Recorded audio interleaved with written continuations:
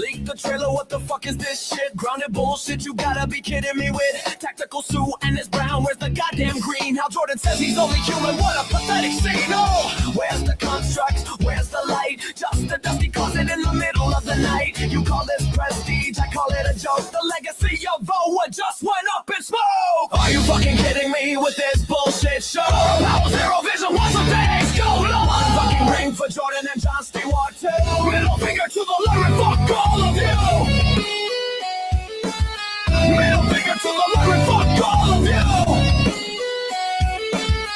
Middle finger to the lyric, fuck all of you. No translators, tell me what happened to God. Did you kill him off screen just to make us all cry? Billions established, but the dialogue's a mess. It's true detective cosplay in a superhero dress. Color correcting the screen just to see a spark. While you leave the greatest lanterns rotting in the dark. My ass. Give us the ring, give us the light. This grounded obsession is losing fight. Are you fucking kidding me with this bullshit show? Power Zero Vision, watch the ratings go low. One fucking ring for Jordan and John Stewart too. Middle finger to the Lord, fuck all of you. Middle finger to the Lord, fuck all of you. Middle finger to the Lord, fuck all of you.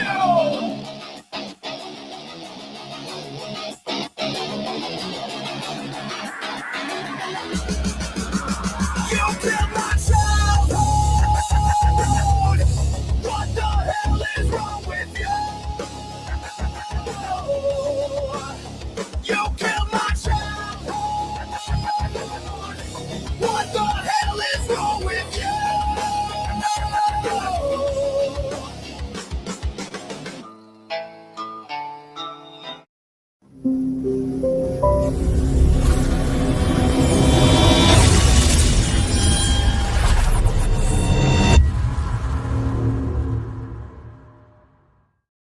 Hey, what's going on, everyone? Hold on a hot moment because I unfortunately saved the wrong file.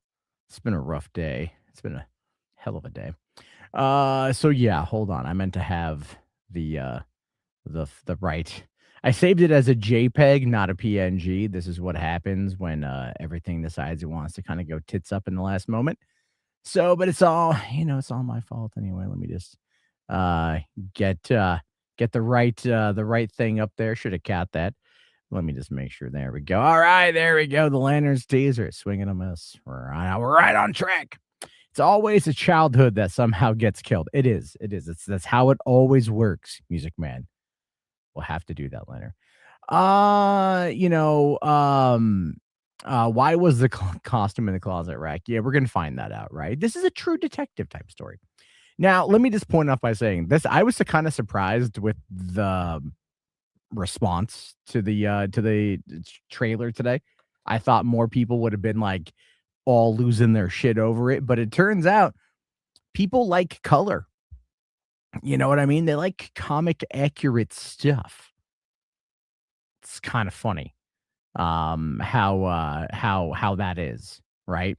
You know what I'm saying? There's been a certain person all day, by the way, certain little person. You guys might know who I'm talking about. Maybe not. I don't know. Out there completely attacking anyone who criticizes the trailer, calls them disingenuous, says that they don't read comics, right? Have to give it time. This is another iteration of the character.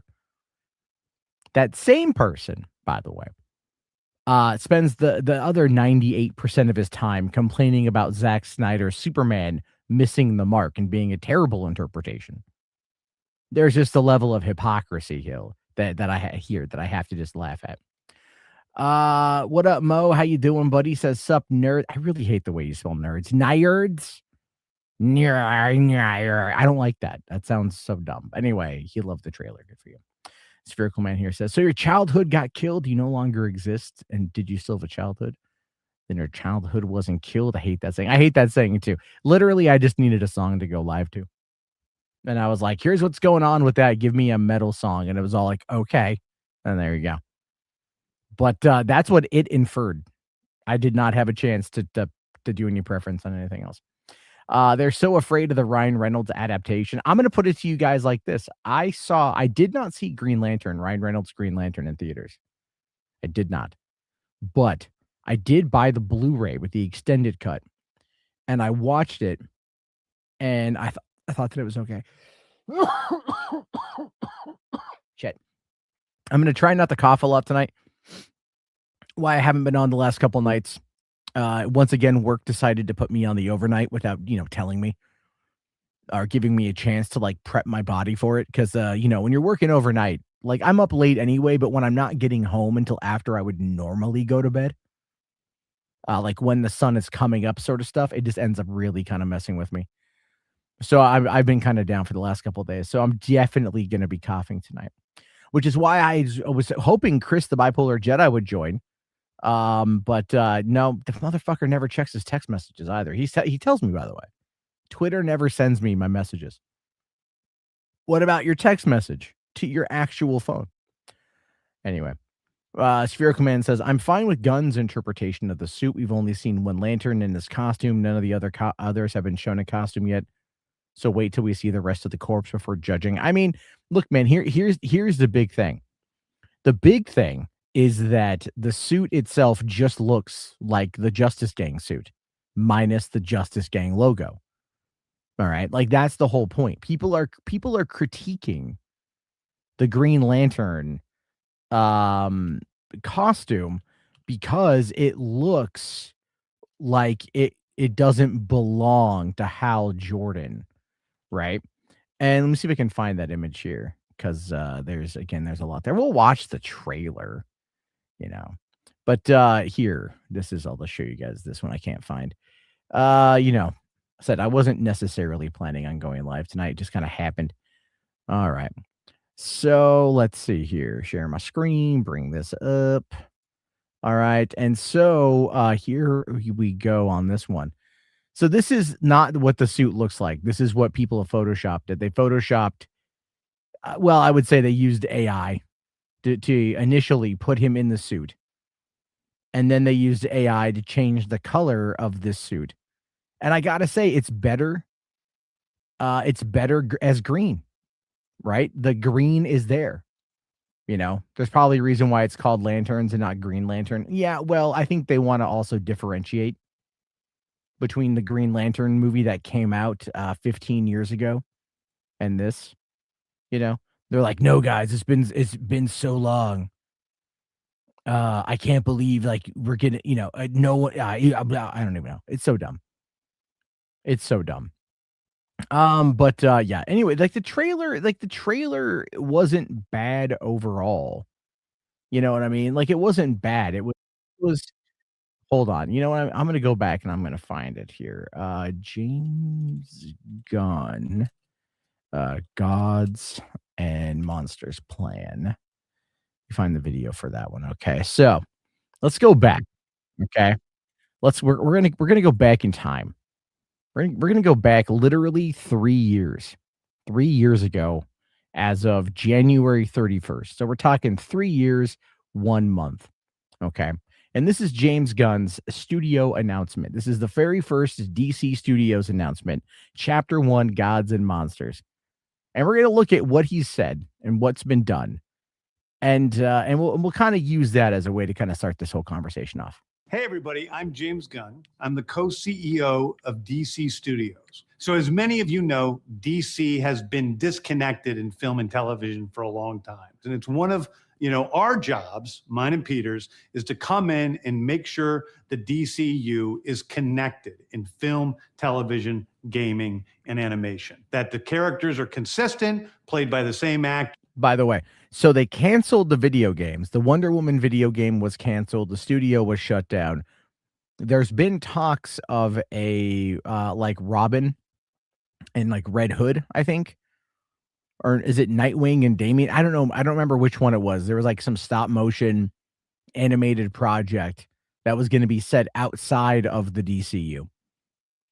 And so just to give you guys some ideas, if he comes out 3 years ago and says our job is to connect everything, And they're already canceling stuff and moving stuff out of the general timeline. And it's not looking good. And it works within one story. And if something is outside of that, like Matt Reeves' Batman or Todd Phillips' Joker or Teen Titans Go, that it is clearly labeled as DC Elseworlds, outside of the mainstream DCU continuity. Now, Peter and I have gotten pretty lucky. Again, after all this time, it's been 4 years since the release of the Batman.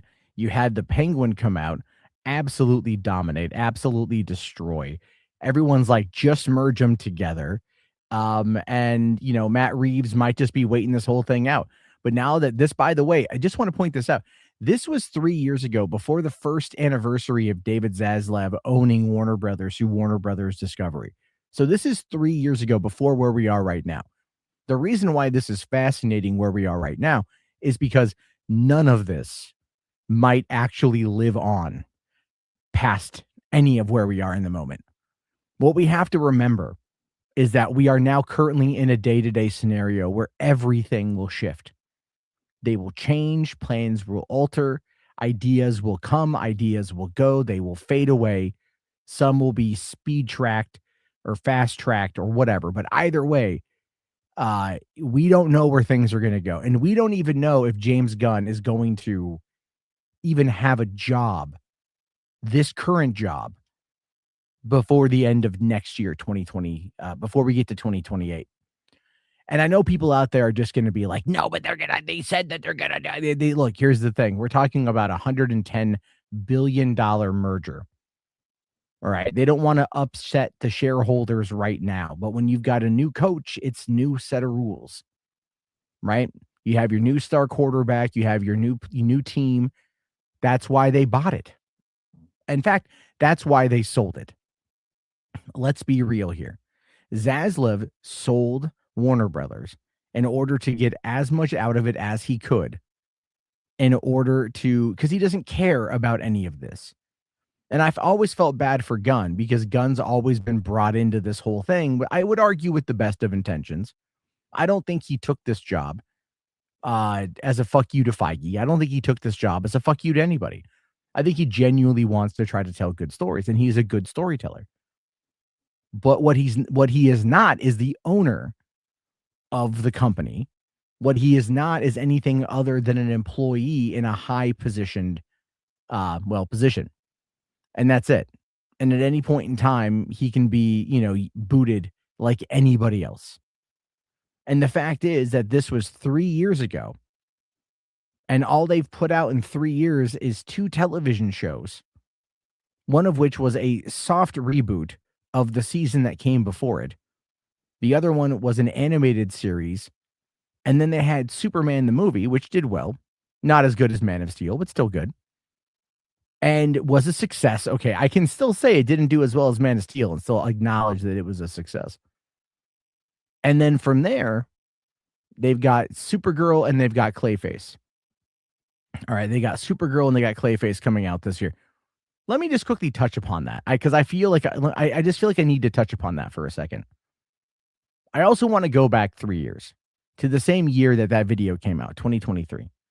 This video that we were looking at, which we'll go back to in a second, that was January 31st, 2023.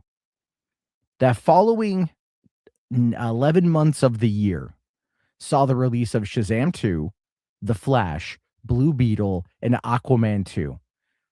4 final films in the DCU, or the DCEU, that had been around for a decade prior. No final send-off, just a cold, quick ending. Right? And audiences did not show up for that. Now, I can't tell you if it's because they didn't care for Shazam. I think both Shazams are great. I can't tell you if they didn't think that The Flash was that good. I think The Flash was a good movie. Babies notwithstanding. All right. Blue Beetle was a lot of fun. And honestly, I don't know if I saw Aquaman. I don't know if I did. I thought I did see Aquaman, but I might not have. I might not have seen Aquaman. I need to go back and give it a thing again. Yeah, they got the George Clooney ending. Well, that was just for the multiverse. And so the thing to consider about all of this, is that the fandom now knows that the DCU is potentially over before it got going. Because fans understand what mergers mean.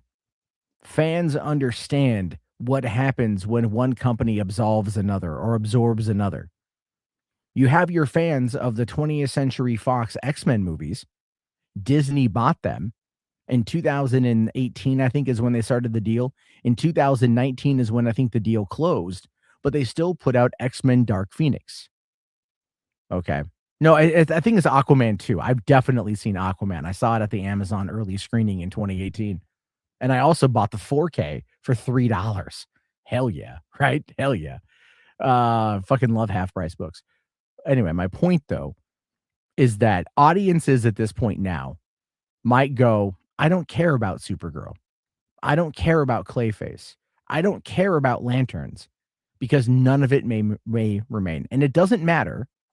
Truthfully, it does not matter how much Gunn, Safran, Ellison, or whomever comes out and says that it's connected. People are going to be wary. People are absolutely going to be wary about everything going forward. The DC has always had that trouble anyway. The DC comic line of movies has always had that issue outside of Batman, which is why I said 3 years ago, and I'll say it again till the cows come home, you do not lead the DCU with Superman. Superman is a B tier, C tier character, theatrically speaking. The numbers back that up. You do that with Batman. Batman is your anchor.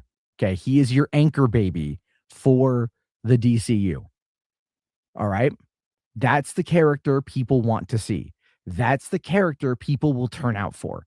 That's the character that has damn near 40 years of box office successes to prove that he is the man. And that is who the DCU should be centered around. And I know people out there might disagree with me on that, and that's perfectly fine. But if you look at things through the lens of box office, well, I'm right. I mean, look, the Batman, whether you like the movie or not, some of you here do, some of you here don't. There's no denying the movie made more money. A rebooted Batman made more money than a rebooted Superman 3 times over. 3 times over. The Batman made more money than Superman Returns. I think even Batman Begins made more money than Superman Returns. Man of Steel and Superman 2025. And that's one of the reasons why I do think and I say this earnestly, I do think that in many ways James Gunn is afraid of Matt Reeves the Batman, because I think he knows deep down, and this is just a creative thing, okay? He knows deep down that's the moneymaker. You don't know how anyone hates the Batman? Yeah. Talk to a Spherical Man, Music Man. Spherical Man, oh, he hates it. He thinks it was boring. Feel free to school him on that. But because I give him enough shit over it. But my whole point here is that when you look at the entirety of DC films in theaters, you can go back. We're literally 48 years removed. Is it possible your mod? I'm bouncing from the streams indefinitely. Why? Why are you bouncing from the streams indefinitely? What's going on? I don't know why you're bouncing. What? I'm like, okay, if you want to go. Your mod status is your mod status. I'll go take care of it later. I mean, if you want to leave, that's fine. Anyway, my point is that audiences are fickle, and audiences have been jerked around a lot over the course of the past 48 years. We got 2 good Superman movies in 1978 and 1982. Okay. And then we got 2 bad ones with Superman 3 and Superman 4. And then in between Superman 4 and Superman Returns, we got 5 Batman movies. You think that Parallax isn't like that I'm extremely pro Man of Steel? Well, he can crash out anytime he wants. I don't give a shit. Right? It wasn't an unoriginal story. God damn it. Anyway, my argument here summarizes down to this. We had 5 Batman movies before Superman Returns came out. And even though you can make the argument that Batman and Robin, okay, it still made money. Look, man, you dislike Superman 3 because Richard Pryor is in it, okay? That's all right? They did the fucking plot of the heist in Office Space and made it funnier. So there you go. There you go on that one. All right. It is just the way things currently are. The audiences may or may not show up. I think there was a lot of curiosity about Superman. I think they saw that it was a good movie. They went back.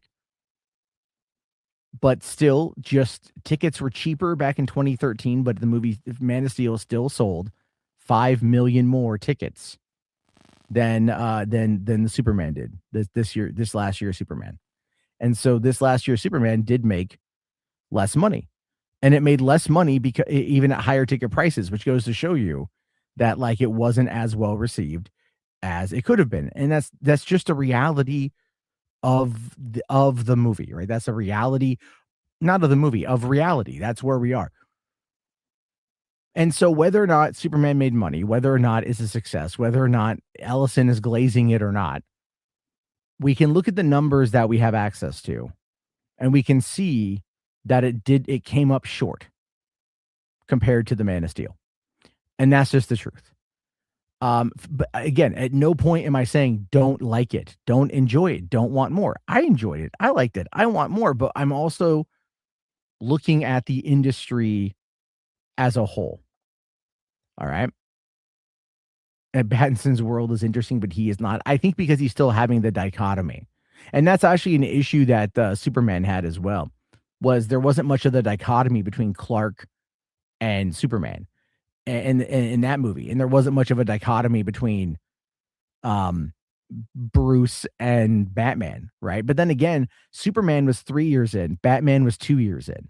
So it's like that particular juxtaposition between the personalities is not necessarily something that you could argue is entirely defined.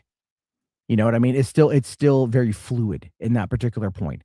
So I can look at it either way. I just want more of that dichotomy, right? Like Spider-Man and Peter Parker go hand in hand. You cannot have one without the other. If you have a movie that is all, I mean, look, and I don't mean like Civil War or, Endgame or whatever. But I'm talking like individual Spider-Man movies. If you separate Peter and Spidey and you have it focus on only one or only the other, it ends up flopping because people need that dichotomy. I'm sure if you focused entirely on Spider-Man as a character, it would probably do better. It'd be fine. But I think overall, over time, people would not be as soft on it or keen on it, essentially. So anyway, we'll go back into this here. Again, feel free, Parallax, I know you're still here, so feel free to crash out or DM me on Twitter and let me know what the fuck's going on. Lucky in terms of the 4 projects that are coming out over the next year. First, we have Shazam, Fury of the Gods. Shazam has always been off kind of in his own part of the DCU, so he connects very well. That moves directly into The Flash, a fantastic movie that I really love that resets the entire DC universe. Then to move into Blue Beetle, a fantastic film about a kid who's a marvelous part of the DCU, and then into Aquaman 2, which leads directly into our next few projects, which I'm going to tell you about now. So none of that led into anything, right? None of that led into anything. Shazam 2 did not lead into The Flash. The Flash did reset things, but it reset it back to 1997. Blue Beetle was just in its own little speck of the universe. Again, fine movie, fun movie. And then I don't even know what Aquaman 2 did, because I'm realizing now I didn't see it. So, and again, I didn't see Aquaman 2 because it was the end.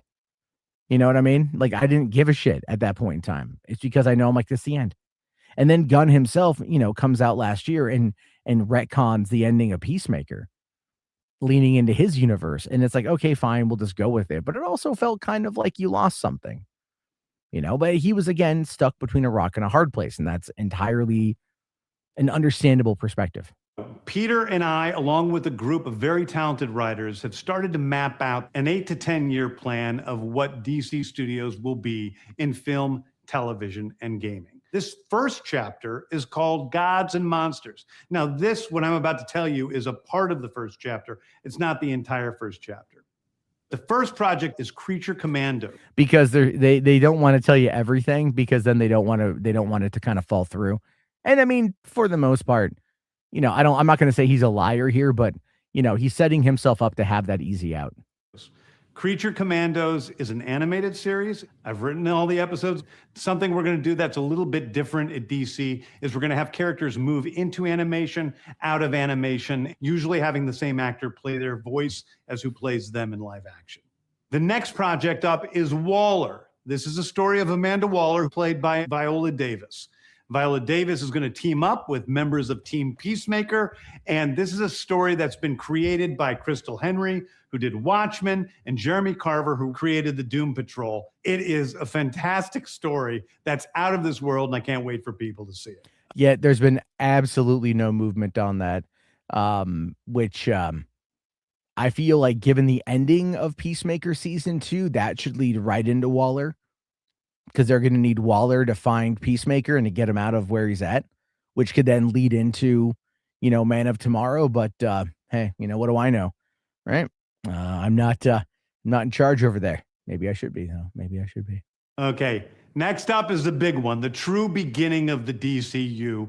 This is called Superman Legacy. This is being written by me. I'm in the middle of it. I'm having a great time doing it. And Superman will be released into theaters July 11th, 2025. Okay, the next thing is a big premiere HBO television series called Lanterns. This is a story of a couple of Green Lanterns, John Stewart and Hal Jordan, and we have a few other Lanterns peppered in there, but this is really a terrestrial-based TV show, which is almost like True Detective, with a couple of Green Lanterns who are space cops watching over Precinct Earth. In it, they discover a terrifying mystery that ties into our larger story of the DCU. Next is a big movie called... Okay, so, and that's what they did, right? We'll come back to this, but I want to kind of jump over to the Lanterns trailer, just because now that he's talking about that. So whatever the mystery is here is going to lead into whatever the bigger mystery is, which I would assume is like whatever Brainiac is. Right, whatever Man of Tomorrow is. But here we go. We're going to give this a watch. Respect. We've been training for what, 2 months? And I haven't even worn the ring yet. Don't get hung up on the jewelry, Junior. You're just a fucking substitute teacher. You're not ready to get up in front of the class until the ring says you are. All right.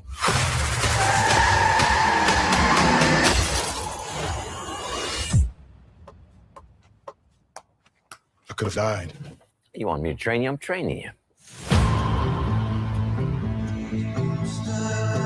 Something is off here. I can feel it. This is my town. You're a big shot. Noted. But stay the fuck out of my way. I think she hates your guts. It's the way she hates them. This is a stupid plan. Not that stupid. That I don't doubt. The Green Lantern's oath is to protect people. And we both know I do a better job of this than you. This is my job. As long as I'm alive, that ain't changing. So take a deep breath, Junior. You're old. You're tired.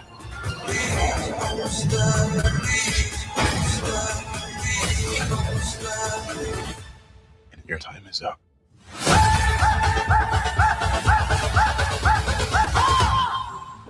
I don't understand. Who are you exactly? Hal Jordan, Green Lantern.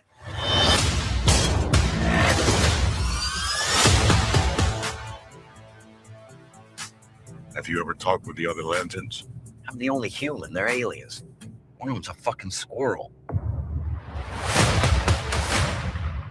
See, I think that that last line there, I do like the last line, but I think that's probably one of the key things that's going to be sour in the mouths of some of these fans.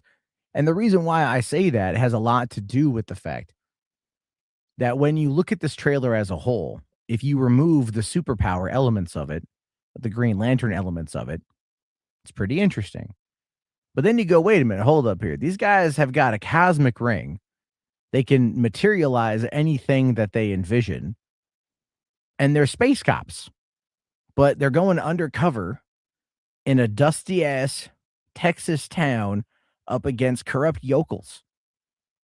And yet, this is a mystery that's going to open the door to the grander DCU. I don't know. What is CHP? What is that? Is that the squirrel? Is that what you're talking about? You like the accent? Yeah, Kyle Chandler's a good actor. Aaron Pierre's a good actor. I finally saw, I saw this a while back, but I saw Rebel Ridge. Holy shit, that was a good movie. I recommend Rebel Ridge to my passengers all the time. By the way, here's a little fun factoid. I want you guys to go and like look at a Jack Reacher story for those of you who like Jack Reacher and realize that Rebel Ridge was written using the Jack Reacher formula, like beat for beat, guys. I'm not even making that up. It's literally a Jack Reacher story. It's good though. I can't. Chip is pronounced Chip. Cool. Gives me a Yellowstone Landman feel, but is that the right vibe?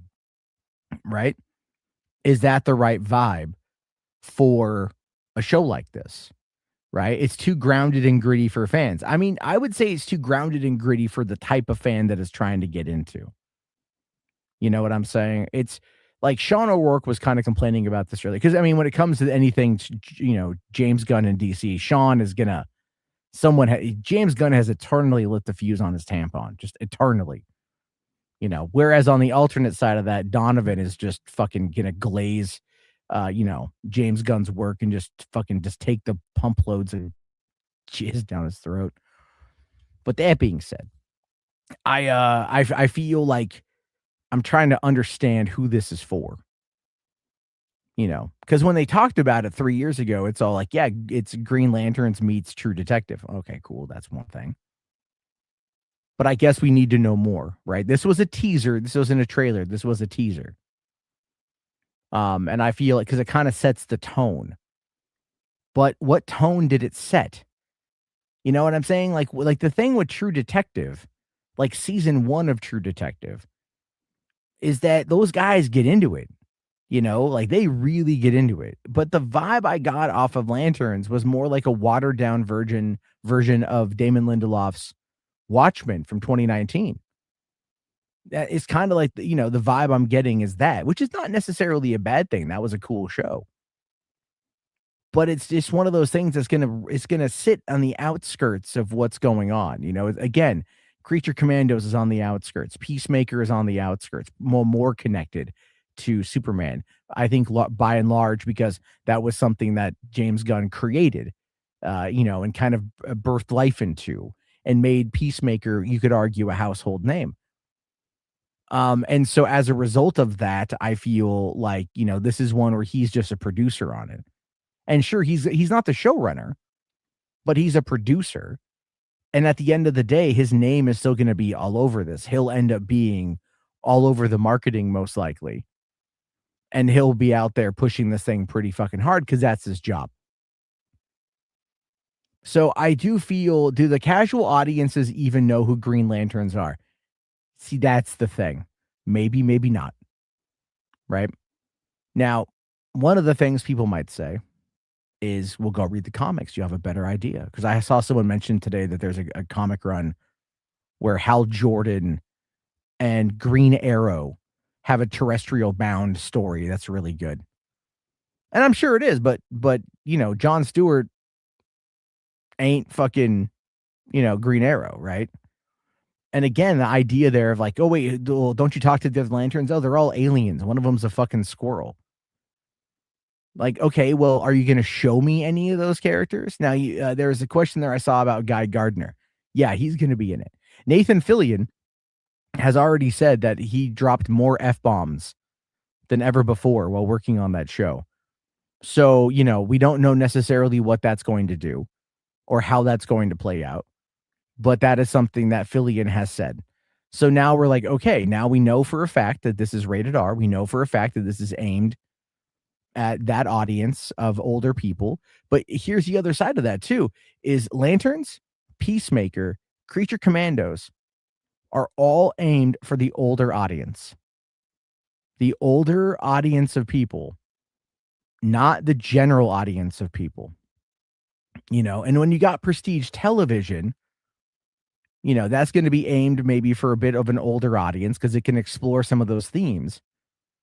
And Creature Commandos, had a part in the story where Frankenstein was fucking the bride.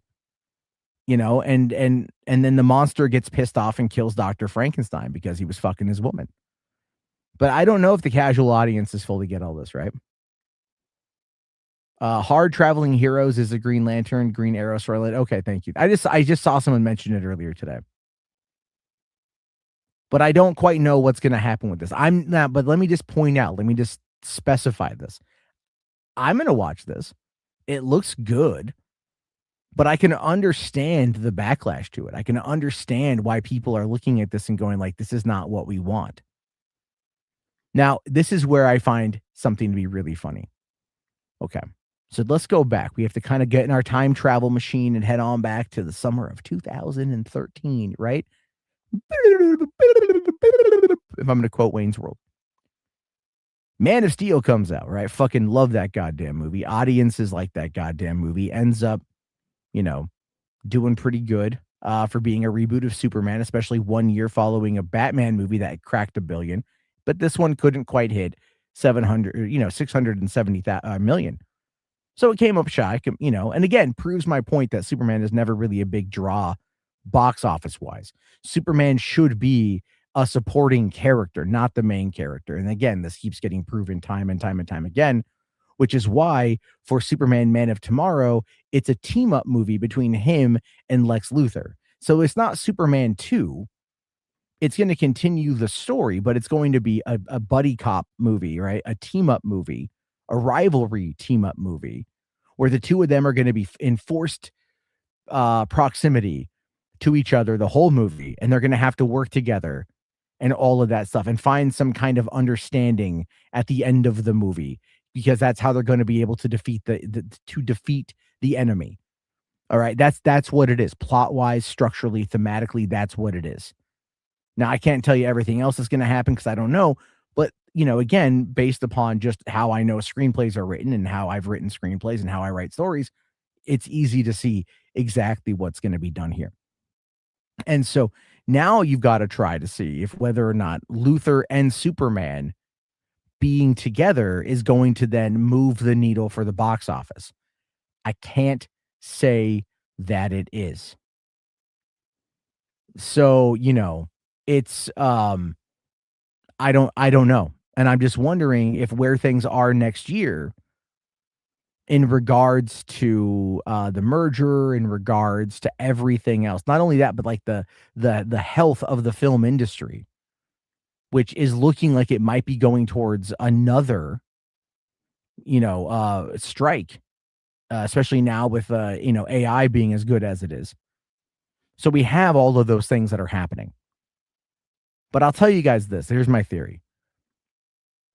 David Zaslav said this the other day in regards to the whole situation involving the merger where, if the deal falls through with Paramount, Warner Brothers gets paid $7 billion, right? Netflix got $2.8 billion.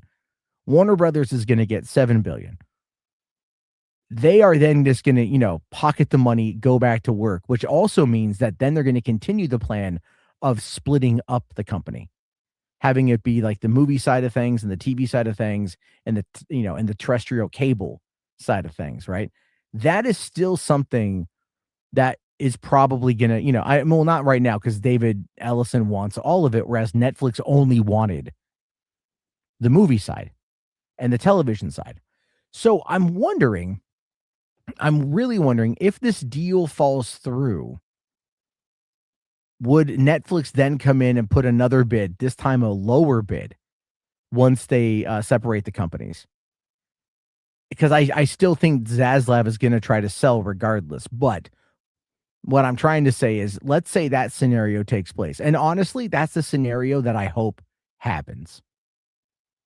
All right? Like, that's the thing I'm hoping happens, is that the Paramount deal falls through and they do get back to work. I'm really hoping that happens. Because at that point, then James Gunn's DCU is safe. And that is the only way that James Gunn DCU would be safe. Because, James Gunn is very liberal in his politics. David Ellison's father, Larry Ellison, is a Zionist who openly supports Donald Trump. Also co-owns TikTok through Oracle, at least the American side of it. And, everything that's been going on with that is probably not going to sit over well with Gunn. So Gunn is going to have to more or less have a coming to Jesus moment himself about, do I take the money? Do I do the job, or do I follow my conscience? Because, money can be made again. Jobs can be gotten again.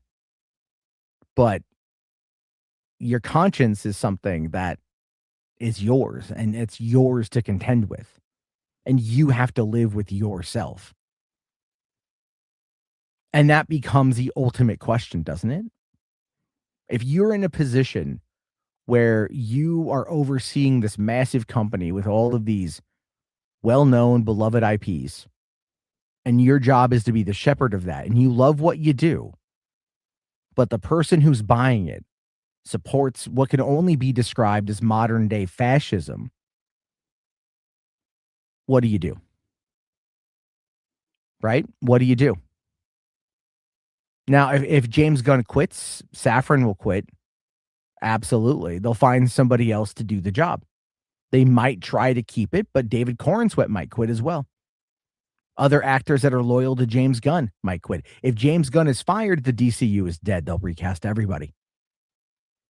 Because one thing that James Gunn does have is loyalty from his cast and crew. And so going into that, something to consider. And this is something that a lot of people in the conversations have not necessarily been discussing. Right? If you go and you look on Twitter, a lot of times the conversation is super superficial. Right? People who don't have an understanding of how the industry operates, or they think that they do, they talk out their ass mostly. They come up with all of these ideas, these scenarios, these plans, but they never want to look at things through like the simplest way, which is generally speaking the truest, right? It's Occam's razor. And that is what's going on here with Gunn. Is like he's going to be put in a position, if this goes through, that's going to require him to choose money or his morals. And I think that will say a lot about him as a person. Because I think if I was in that position, it would be tough, but I think I would have to choose my morals. It would suck putting down everything that I'd spent years working on and building up. But to be fair, I've already done that. My old channel, I could have just gone right back to criticizing the left and made more money. And all the flagging shit people would have fucking forgiven as long as I'm on their side. As long as I'm pushing out the talking points they want me to push out. Right? I never want to go back to that. I've seen what that can do to a person's soul. It can almost destroy you if you're not careful. And James Gunn is an empathetic enough guy to where he feels that shit intrinsically. But again, I don't expect people who don't have any understanding or idea how the industry works or how creatives truly operate. And what I mean by that are people who've never created anything in their life. If all you do is consume the media, that's one thing, and there's nothing wrong with that. But to get on the like in the trenches of the commentary side of it and throw yourself out there constantly, having never actually done anything, you know what? I don't take those particular opinions with any seriousness. If Gunn leaves, we might get Christopher McQuarrie. I don't think so. McQuarrie, as far as I understand, is pretty liberal as well.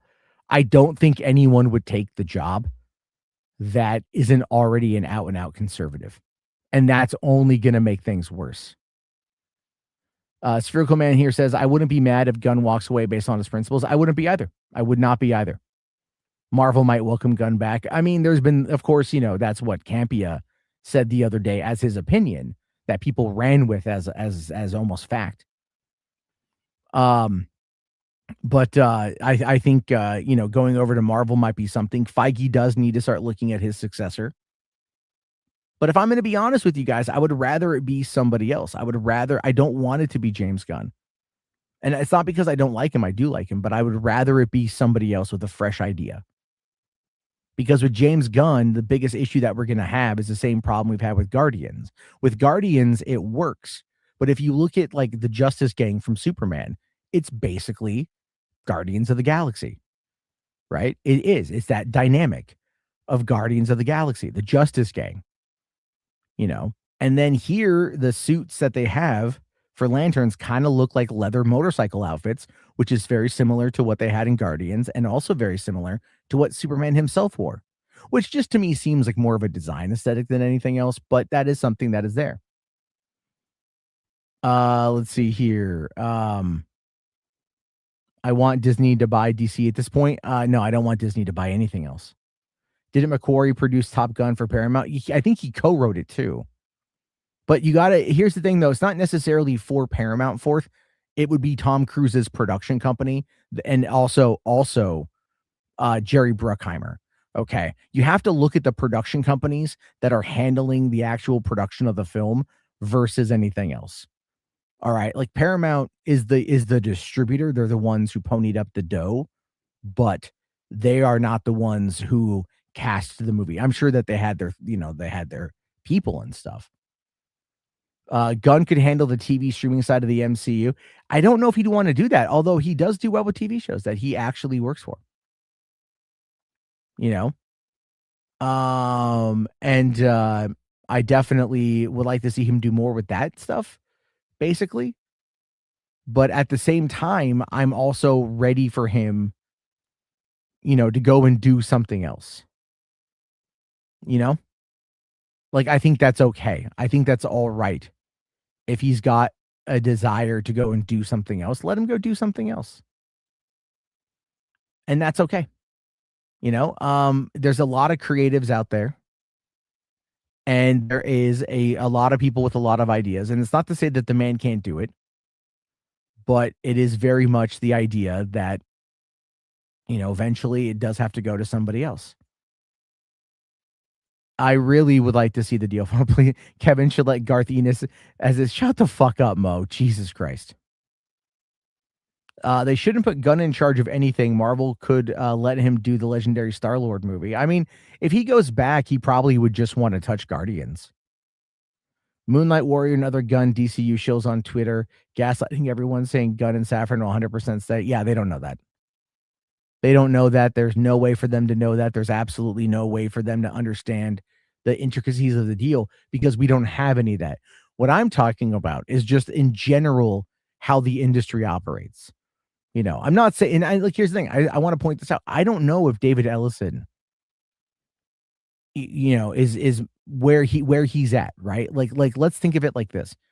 When it comes to Warner Brothers, what does he want to play with more? Superheroes, Harry Potter, right? Superhero, is it Game of Thrones? Is it Lord of the Rings? They can do more with that. Is it Harry Potter? Is it whatever? Right? We don't know. And I don't even think he knows. I don't even think he knows. And that's one of the reasons why I could see within the next 5 to 10 years, Warner Brothers and Paramount losing so much value that it ends up just being the IPs themselves get sold off as a way to kind of retain some kind of relevance, some kind of cash flow. Maybe not even sold off, but licensed stuff. I could see licensed stuff happening. And maybe at that point, then Netflix will license off Warner, DC stuff, and then we'll get the Snyderverse back. Who knows? Let's see. He's come out saying he wants more Game of Thrones. He's a huge fan. Yeah, well, then we also just got the report that they want to explore the idea of bringing Game of Thrones to television. Let's see here. Command Unit says, to be honest, I don't blame Disney dropping Gunn because of the child-related jokes. I don't think they will touch him with a 10-foot pole. Are you kidding me? They already brought him back, and Guardians 3 grossed more money than Suicide Squad and Superman. and it was well received across the board. It was well loved by critics, well loved by fans. No, absolutely not. No. Disney, they don't, they've moved beyond that now. It's been 8 years. No one gives a shit. No one gives a shit. Let's see, big plans, make money. Look at Avatar 3 films in 16 years later, 6 bill. Yeah, I mean, yeah, but that's Cameron. And I'll tell you this though, it is a little bit weird that we haven't gotten a confirmation yet on Avatar 4 when that's going to be going back into production. You know what I mean? I think that's a little bit weird. I do want to get to this one here from H Bars. Thank you, buddy. Can you tell Parallax why Man of Steel is good and why even if Superman was bullied, he would not be evil? Okay, so is this why Parallax was crashing out? Is this what's going on with that? So I guess when H Barts comes back, because he's busy right now, he'll have to get what I'll have to find that comment. Okay, real quick here. This is what I'll get to that real quick here, but this is what the Green Lantern and Green Arrow cover art looks like. You know, my ward Speedy is a junkie?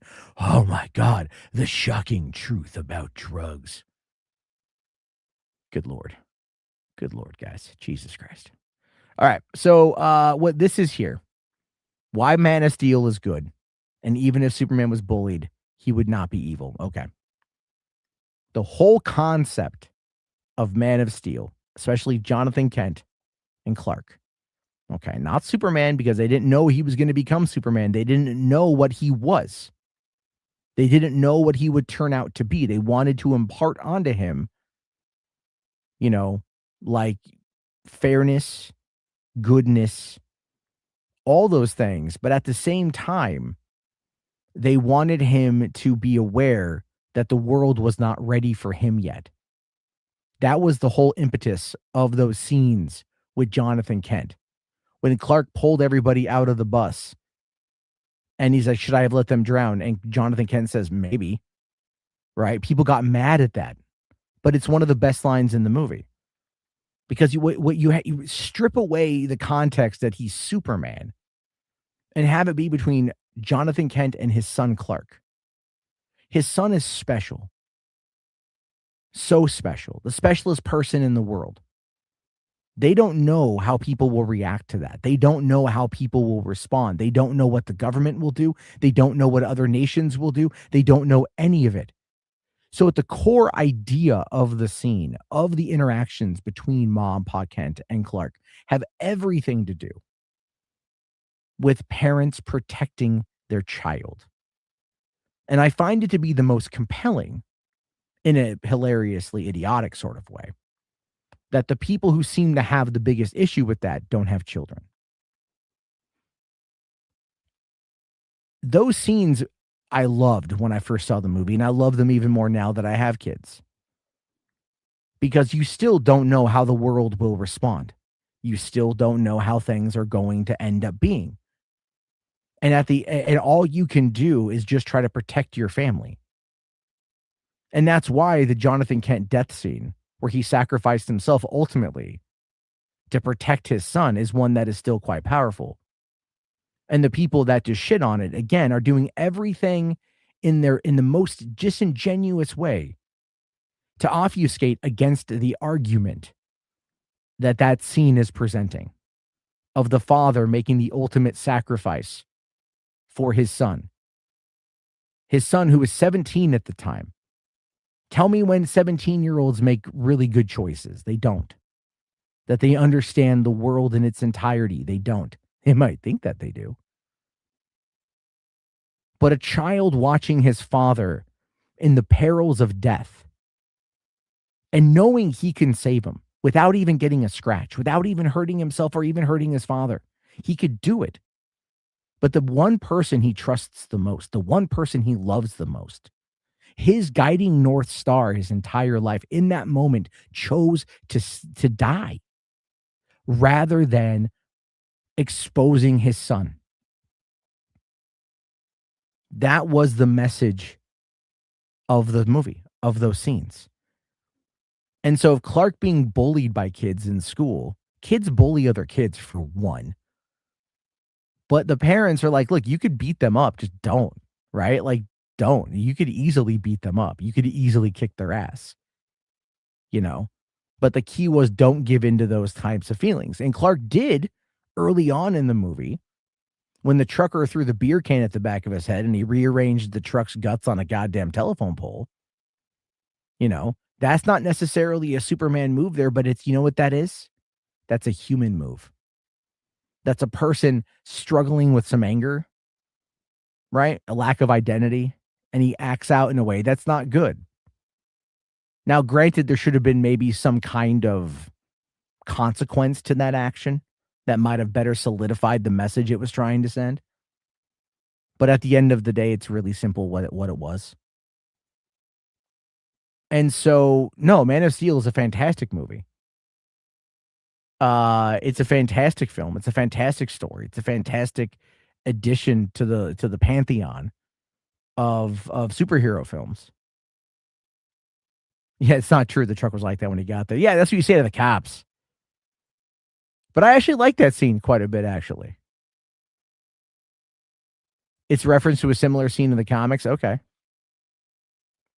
People get mad at what he did to the trucker's car, but not what he did to the trucker in Superman 2. Dumb Superman fans. Yeah, well, then again, in Superman 2, the Lester cut, not the Donner cut, the Lester cut. You know, he kills Zod in that movie. No one gave a shit in 1982. You know what I'm saying? And then when people got mad at him killing Zod, and this is what happens again when we start moving into the more like Christ-like approach to Superman as a character.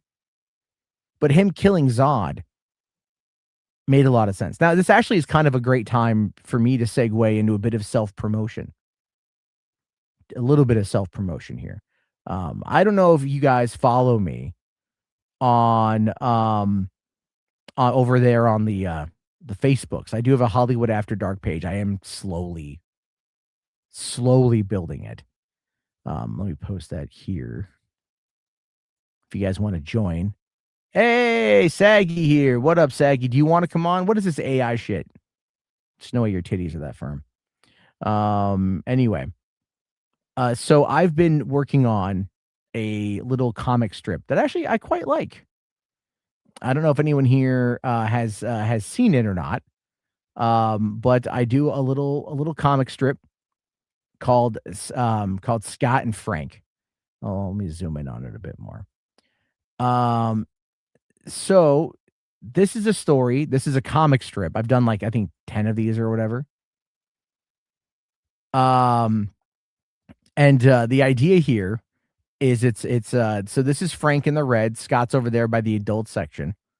They work in the last video store on Earth, and it's mostly just 3-panel quips. So here's Frank arguing with a nondescript Superman fan. His name is Donald, by the way, but that's irrelevant to the story. Donald is arguing Superman doesn't kill. Frank here says Superman killed Zod. You know, Donald here says, and it broke character. Frank comes back with, he saved the planet. You know, now a very visibly angry Donald says Superman stands for hope. He doesn't execute people. Superman doesn't kill. He inspires. Still angry, furious Donald. Now Frank, with a great quip here, says, Superman 2025 had snappy dialogue, but it would have made more money if it snapped necks. And then you've got Scott over here saying, release me, while saying no superhero ethics before noon. And, you know, again, I like these little These little things are put together. I got a chance to see a few panels. Yeah, the ones I posted on YouTube, it's compressed as shit. But you know, this is, I have a lot of fun doing these. And I can actually put them together pretty quick. You know. But yeah, so Scott and Frank, this is a little thing. And look for those. They're on Twitter. You know, some guy, it was so funny. I pissed off this guy the other day. This his name is like, that doesn't matter, right? He's an actor, but he wrote this book on like the definitive like history of James Bond. He co-authored it or whatever. And it cracked me up because like the guy's going after people who like AI, and he's just like, you know, pick up a pencil or fucking a camera. And so I went to his website and I found his resume for acting, and I found his skill set. And it was all like, stilt walking and like tumbling and shit. So I just responded back with, well, nowhere in there does it say, camera operator or writer. And he got real mad. He calls me his new favorite asshole. I thought that was kind of funny. And you're the one that comments on them? Yeah. Well, I appreciate that. Good old adult section in the bead door, damn straight. That's why I like them. I think they're fun. I can make them pretty quickly. I can make them pretty quickly and put them out there. So I'm just having a lot of fun doing that. So anyway, we get a 10-hour shift tomorrow. So do I. And I'm streaming right now. Right? I do 10 hours, 12-hour nights. Are you working? Like, what are you doing? I don't even know what you're doing now. I mean, I drive a van, so it just kind of ends up, being its own thing, I guess. But anyway, yeah, I really enjoy doing the little comics. So, all right, let's get back into the James Gunn announcements because we have more stuff to talk about here. So, all right. Let's go.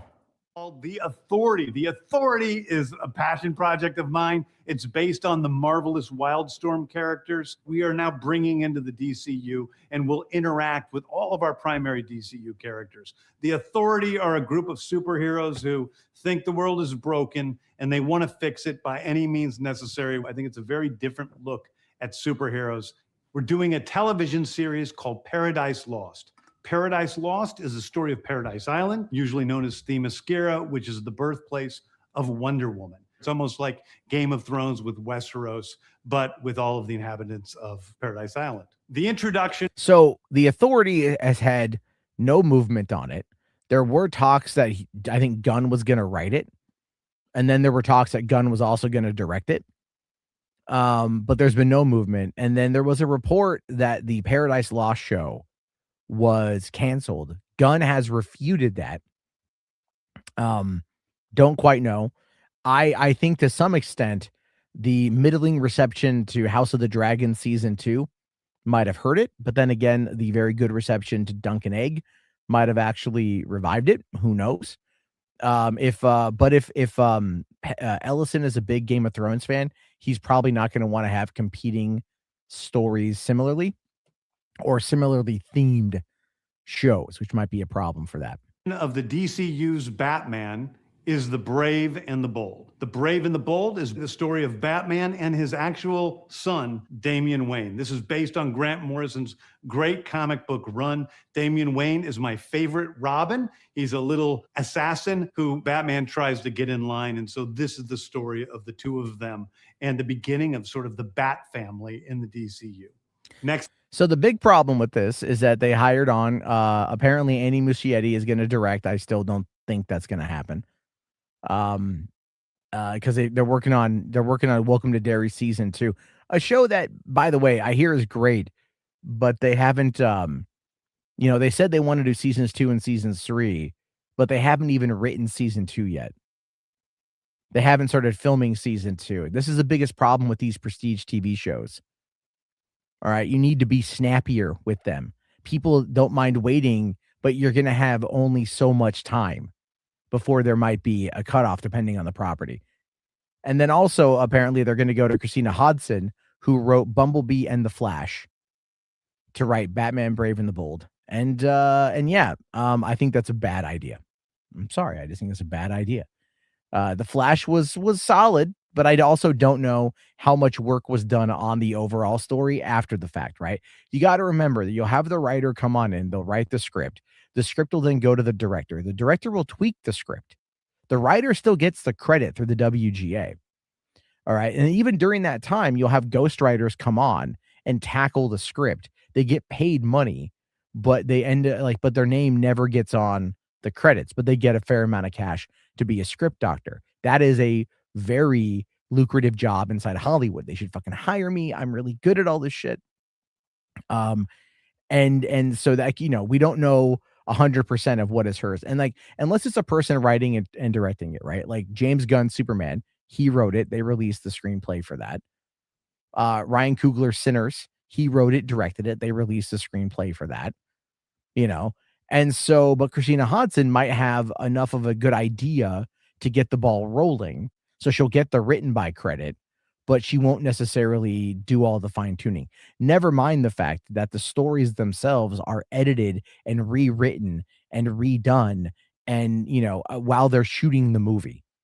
So there's a movie you write, there's the movie you shoot, then there's the movie you edit, and what you write and what you edit might end up being entirely different things based upon what they need. Up is a TV series called Booster Gold. Booster Gold is one of comics' really popular cult heroes. He is a fascinating guy. He's a loser from the future who uses future technology to come back to present day and become a superhero so that people will love him. It is basically the superhero story of imposter syndrome on an HBO Max series. One of my favorite comic book series from last year was Tom King's run on Supergirl, Woman of Tomorrow. And so we're going to turn that into a big science fiction epic film. Now, Superman is a guy who was sent to Earth and raised by loving parents, whereas Supergirl in this story, she is a character who was raised on a chunk of Krypton. She watched everybody around her perish in some terrible way. So she's a much more jaded character. And that brings me to Swamp Thing, the last thing we're going to talk about, a very dark horror story in the origins of the monster who is Swamp Thing. And although it's totally outside of the rest of the DCU, it will still feed into the rest of the stories. Anyway, those are the stories that I can tell you about right now. I've loved. Okay, so Booster Gold, there's been rumors about that, like Camille Nanjiani playing Booster Gold. There's been rumors about Chris Pratt doing it, and again, nothing's been done, right? Nothing's been moved on that at all yet. So I don't know if they've been able to nail that. As for Swamp Thing, James Mangold has expressed interest, but this was before the Indiana Jones and the Dial of Destiny came out and failed to wow the box office, despite being an amazing movie. People just didn't go see it in theaters, but that summer was also pretty bad. So his Dawn of the Jedi movie hasn't really seen a lot of work done on it. They've talked about some screenplay stuff, but now that Filoni is in charge of all that, we don't know if that's going to happen. And then Swamp Thing also has not been moving on, but they did Clayface instead, and that was a lot of it. A lot of that was done because of Mike Flanagan writing the screenplay. But then he's not directing the movie, so even his screenplay got a rewrite by whoever this new guy is. So you still think Pratt will be Batman? He can do it. You think Pratt will be Batman? That's interesting. Do I think Ellison would actually be cool with Hodson and Muschietti writing Brave and the Bold, or will they just merge Pattinson into the DCU? I have not considered that, to be honest with you. I have not considered Ellison's idea of that. And this is where, okay, so this is an interesting thought, by the way. So thank you for that, Rational. Okay, let's break it down. I've already kind of set this thing up, right? Talking earlier about, Batman 89, Batman Returns, Batman Forever, Batman and Robin, Batman Begins, The Dark Knight Rises, Batman v Superman, The Batman. Okay. A lot of movies. A lot of Batman. Never mind the Arkham Knight shit, right? Those games are great. Batman's a moneymaker, right? Batman has the potential to be $1 billion standalone movie. When this deal goes through, if it does, and again, I've hoped that it's not, but when this deal goes through, no, I'm not trying to go back and bring out all the discourse again. I'm going to summarize it up. Paramount's going to be $110 billion in debt. 20% of the money that they're going to be getting in order to fund this deal comes from Saudi Arabia. I hate that. I fucking hate that. I don't like China buying in through Tencent.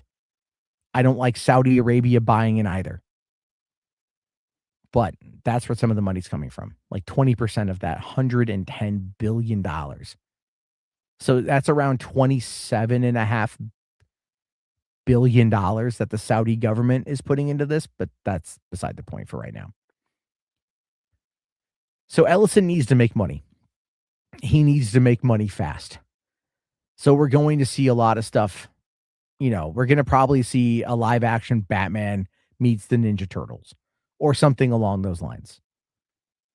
I have a feeling the Batman will be merged into the DCU. Or it's entirely possible that the Batman will then birth out the new DCU if Gunn quits. Will Matt Reeves quit?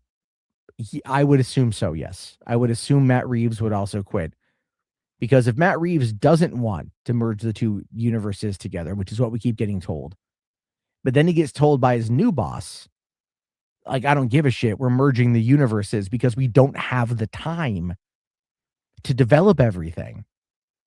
We don't have the time to wait to develop everything. You have shrinking theatrical windows, shrinking theatrical returns, right? Like they don't have the time. Like theaters will be in 5 to 10 years, theaters are going to probably end up becoming more like concerts where you're going to go 2, 3, maybe 4 times a year to see a big tentpole movie that you want to see because the experience is going to back up the cost of the ticket. They're already setting this up to happen with D-Box, 4X screens, ScreenX, whatever. Well, that's, I think, a theater chain, right? Like large premium format. They're already setting this up to become the norm. People are not going as often. Ticket sales were down last year, despite profits being up by only 2%. So, and that has a lot to do, by the way, with what happened what came out halfway through the end of December. Oh, right. Fucking Avatar, which is a big, big, big event movie. A lot of the screenings are large premium format because the people want to see it in that particular perspective. Do you need to see fucking Scream 7 in IMAX? No.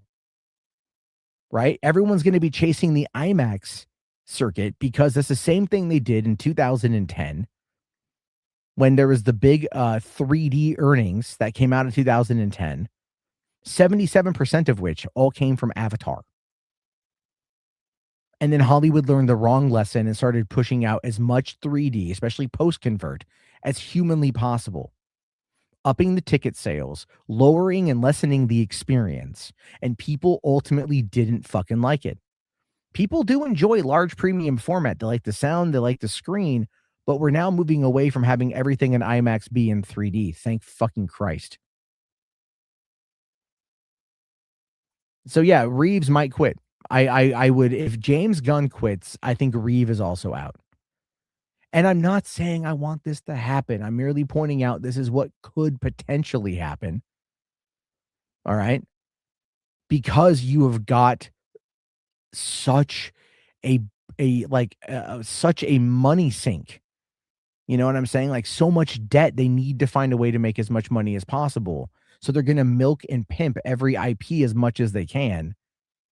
And if it's not given the opportunity to cook, to be developed, you know, and if they don't want to use artificial intelligence to do it, which I'm sorry, that's going to hurt them, especially if they're trying to build up, to develop as fast as humanly possible, to greenlight this stuff as fast as humanly possible. Like they need to use all the tools. And Ellison's actually not against that. So, watch Scream 7, Jarbo. I think you'll like it. Music Mania says I don't need to watch Scream 7 at all. I need to watch Scream 5 and Scream 6. I probably need to rewatch Scream 4. I've only seen it once, and that was a long fucking time ago. So, anyway, I do want to go back into them. So, you hear IMAX is going to be getting into making big TVs. That was announced a couple of years back, and you know what? I've never heard anything about it, to be honest with you. Like I heard about it, but I never saw any updates. So if they've done the IMAX TV, there you go. But yeah, that's kind of where I feel things are going to be at in many ways. Is if Gunn quits, the whole house of cards comes tumbling down, you know.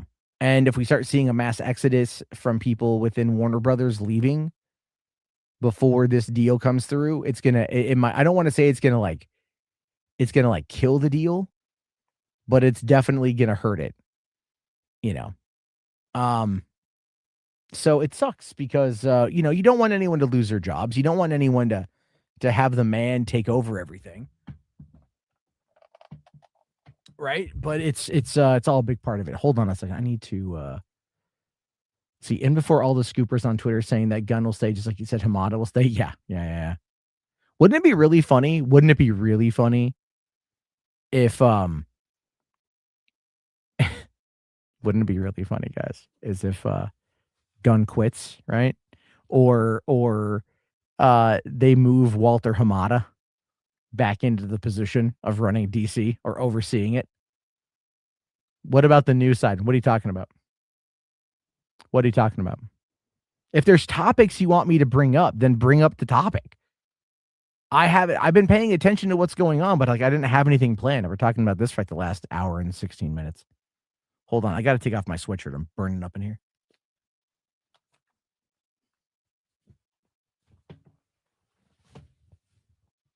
I'm like fucking review tech. Got my tipples out. Yeah, it's got a Jesus. Like I had a thick sweatshirt on. I take that off. Now it's cold. God damn it. The Chud News Network. Yes, there we go. CNN. Restore the Hamada first. Let's do it.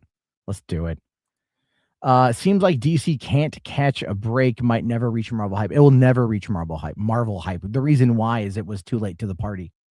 See, DC. Here's the thing, right? DC, when they tried to like force Justice League by jumping from Man of Steel right to BVS, that was a problem. They should have done Man of Steel too. All right, and then they should have also not cut out 30 minutes of fucking storyline from BVS. But anyway, they tried to jumpstart that. They tried, and it failed. And as a result of that, then they went, okay, we got to go back to the drawing board a little bit. And we didn't pay Matt $50. I mean, I'm not on camera, but no, my shirt's down. I'm not going to sit there and flick my nips for money. CNN will just be pro-war establishment propaganda. Yep. But I'm not really here to talk about what's going on in Iran. I'm not a fan of all that. I don't like what's happening. But what do you want me to say? We're doing Israel's dirty work again? Because we are. But, whatever, man. Zach wanted to do Man of Steel 2, but Time Warner execs wanted what Disney had. Yeah, exactly. They wanted to rush to the finish line, But what I find to be really funny about all that is like Zack Snyder gets the blame for like corporate decisions, Trump won't be calling CNN fake news anymore. Yeah, well, Trump also doesn't even know what day it is or where he's at or anything else. Kunster says, I doubt Ellison's will allow DC to be sold. They will bury it and rebrand it and make Superman very different. I mean, I could see like they probably won't sell off the brand, but they could license it out. I could see that happening, But I mean, honestly, here's the thing though. Netflix, all they got to do is just wait if they want to eventually get it. But what I find to be really, really, really funny is that Ellison is pro AI. A lot of people in Hollywood are anti-AI. Well, publicly, I think a lot of them are actually coming around to it, to be fair. But then you've got the fact that, like they want to use AI to get this shit done and keep costs down, which is something that I've been supportive of.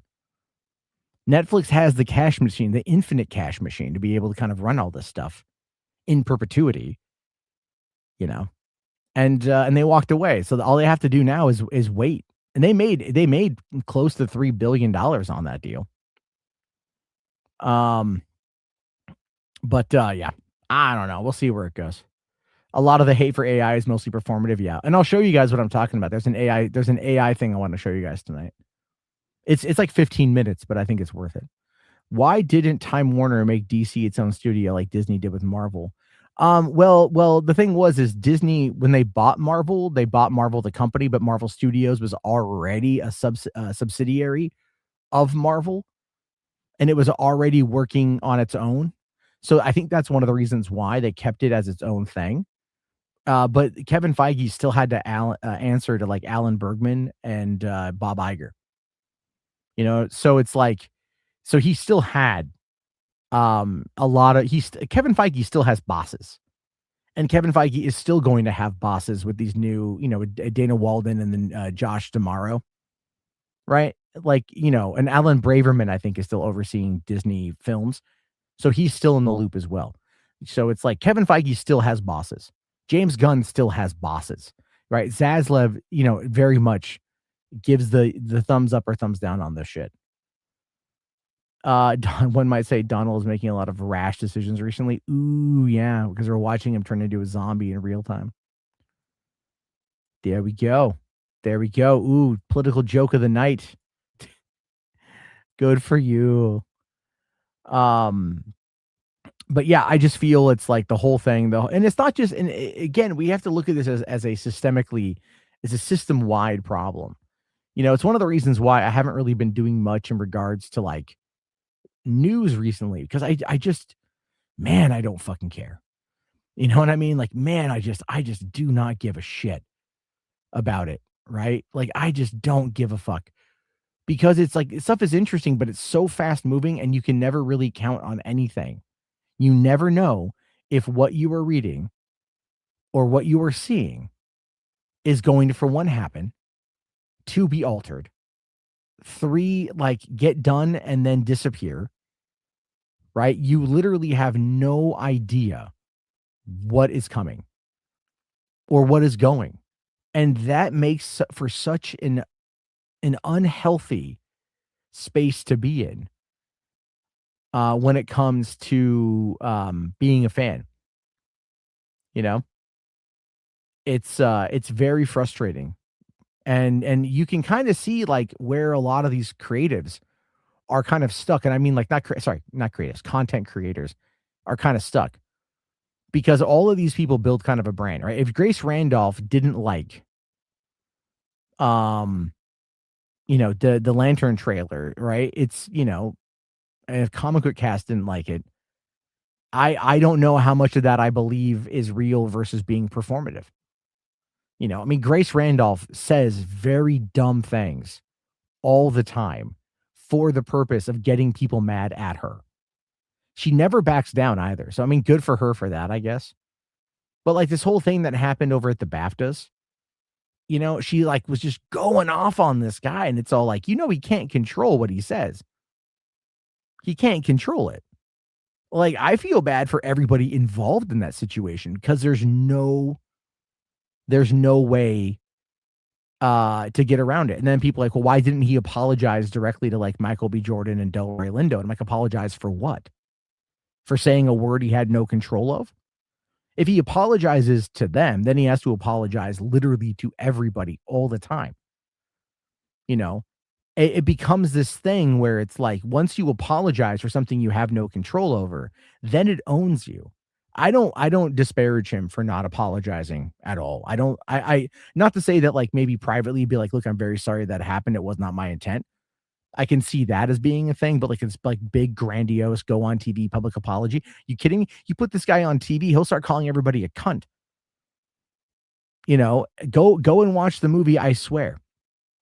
I saw a couple clips from it, and it's like, this is a real debilitating, condition that people have. And so what it boils down to, and this is the truth of it, what we saw come out of all this was very much elements of the oppression Olympics. Who can be the most offended? That's really what it boiled down to. What I thought was really funny about it was it made everybody an expert on Tourette's all of a sudden. No, you said you have the same condition. You've never said any racist slurs. It's not Tourette's. That's also, if you go around calling somebody a cunt, do you call somebody a cunt? When you go to the theaters all the time, have you ever just never said anything out, right? No, it's not. It is psychologists have come out and talked about how it's absolutely uncontrollable. Now, like, if he would have yelled out cunts, I just like the word. If he would have yelled that out, right, or retard or something along those lines, nobody would have really cared. The biggest problem that BAFTA had with that was they didn't edit that out of the broadcast. That was kind of the big thing, right? You curse, but you have control over it, so it's not as bad. This guy does not have control over that. He doesn't. That's why the guy Richard DeMeo, who's playing Elrond in the Lord of the Rings Rings of Power, won the award for portraying him in the movie I Swear. Yeah, Jamie Foxx. I know Jamie Foxx said it, Because here's the thing with that, right? And I'm not trying to disparage the feelings that people have in hearing the word, because no one wants to hear the word. It's a bad word. But I think there comes a time, I think for a second you go, yeah, I don't like that he said it, but I understand why it happened. It's uncontrollable. Here's the thing. You don't have to like it. You don't have to accept it. No, I mean, I don't want to take it back. You don't have to like it, but you should understand that it's a non-controllable impulse that he deals with every moment of every waking bit of his life. You know what I'm saying? And so it's kind of one of those things where it's like people just don't want to accept that reality. And I saw that coming out of a lot of people on social media because they want to feel justified in their anger. Because it had it been any other circumstance, it would have been like absolutely justifiable. But you're like, hey, he yelled it. That was terrible. Don't do that. That was bad. And you're like, yeah, but he can't control it. And then you're like, fuck. Okay, so are you like which one are you? Are you denying? Right? Are you being ableist or are you being racist? Right? You see what I'm saying here? It's like you have your one or the other. There's no in between. The right answer, in my opinion, is cut that part of the broadcast, right? Don't share it around because then that makes it all the worse. Word gets out, put out a statement saying like, I'm sorry that it happened. He left after it happened. It wasn't like he hung around and yelled it repeatedly. You know what I'm saying? It wasn't like he sat there and he just like had a smirk on his face the whole fucking time. The guy got up and he left because he didn't want to, he was embarrassed. And maybe he should have said that. I think he did actually in a statement say that. So, PCR here says you blame the BBC for not censoring the N-word, but they let in the Palestine parts. I thought they edited out. No, you got it wrong. They left in the N-word. They removed the Free Palestine parts, I believe. Like, I like how actors acted like it ruined their lives. Like, bro, you got money. I mean, well, again, nobody wants to hear that word. Like nobody wants to hear that word. And when you hear that word is so powerful that when you hear it in what is basically deemed an uncontrollable context, it breaks your brain. It does. It breaks your brain because deep down you feel a certain way, which is a valid feeling to have. Make no mistake. Okay. Deep down you have that feeling. It's valid. But you also have to be like shit. Like he has no control. And so the people that are like trying to go, well, no, where did he learn that word? Everywhere, right? Like you're hearing it in movies, you're hearing it in music, you're hearing it on TV, you're hearing it in social media, you're hearing it online constantly. That is a word that is like, it's so funny, right? So like, look at Harry Potter. In Harry Potter, they said he who shall not be named instead of saying Voldemort because it was such a stigma to say the word Voldemort. All right. And if Harry Potter said it out loud, people cringe like, no, don't say that. It's so bad. But then in our culture, a word that everyone deems to be bad, right? Because it has bad connotations, but you fucking hear it constantly, all the time. You know what I mean? And so it's like, as a result of that, you're going like, well, shit, it's like, where do you hear it? Everywhere? No, what the fuck you want? He has right-wing Tourette's, can't be controlled. There we go. People don't understand Tourette's, especially in America. Americans don't understand shit. They don't understand shit. Unless it's like written like for a 5-year-old. And even then, they don't understand shit. It's everywhere, especially hip hop. So when it comes to lyrics of certain songs, I don't want to hear it when when white people or anybody else says it. It's the lyrics. I mean, like how many songs? Was it Gina Rodriguez, right? The girl from Jane the Virgin came under fire a number of years ago because she was like filming herself getting her hair done. And there was a song, I think it was like, I want to say it was like Cardi B or something. And, the N-word was said in the song. And she rapped along with it. And she posted the video. And people got mad at her for doing that, which I can understand, right? But I'm like, it's a song that you hear. Music is 3.5 minutes. We listen to it on repeat. The songs get stuck in our subconscious. So it's like, how many times have people have everybody fucking said it, right? You know what I'm saying? It's like when you hear it so often, it's there, but then it's also so taboo that, you can't say it, right? Well, there's a great line.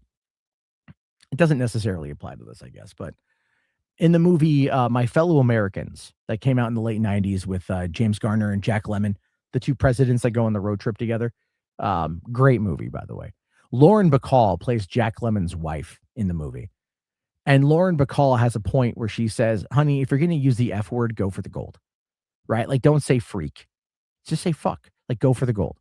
And I think, and I always kind of remember that line because I always thought it was really funny to destigmatize the word. Like I understand words have power. I understand words have meaning, but we also live in a world where words that we should never say are everywhere now, right? And you get people getting upset like, oh, the R slur is back. Yeah, well, I'm fine with that, to be fair. Okay, like it's a give and pull type thing. I'm like, I don't care. Because there's words that I will use and there's words that I will not use. I personally, not a fan of the N word.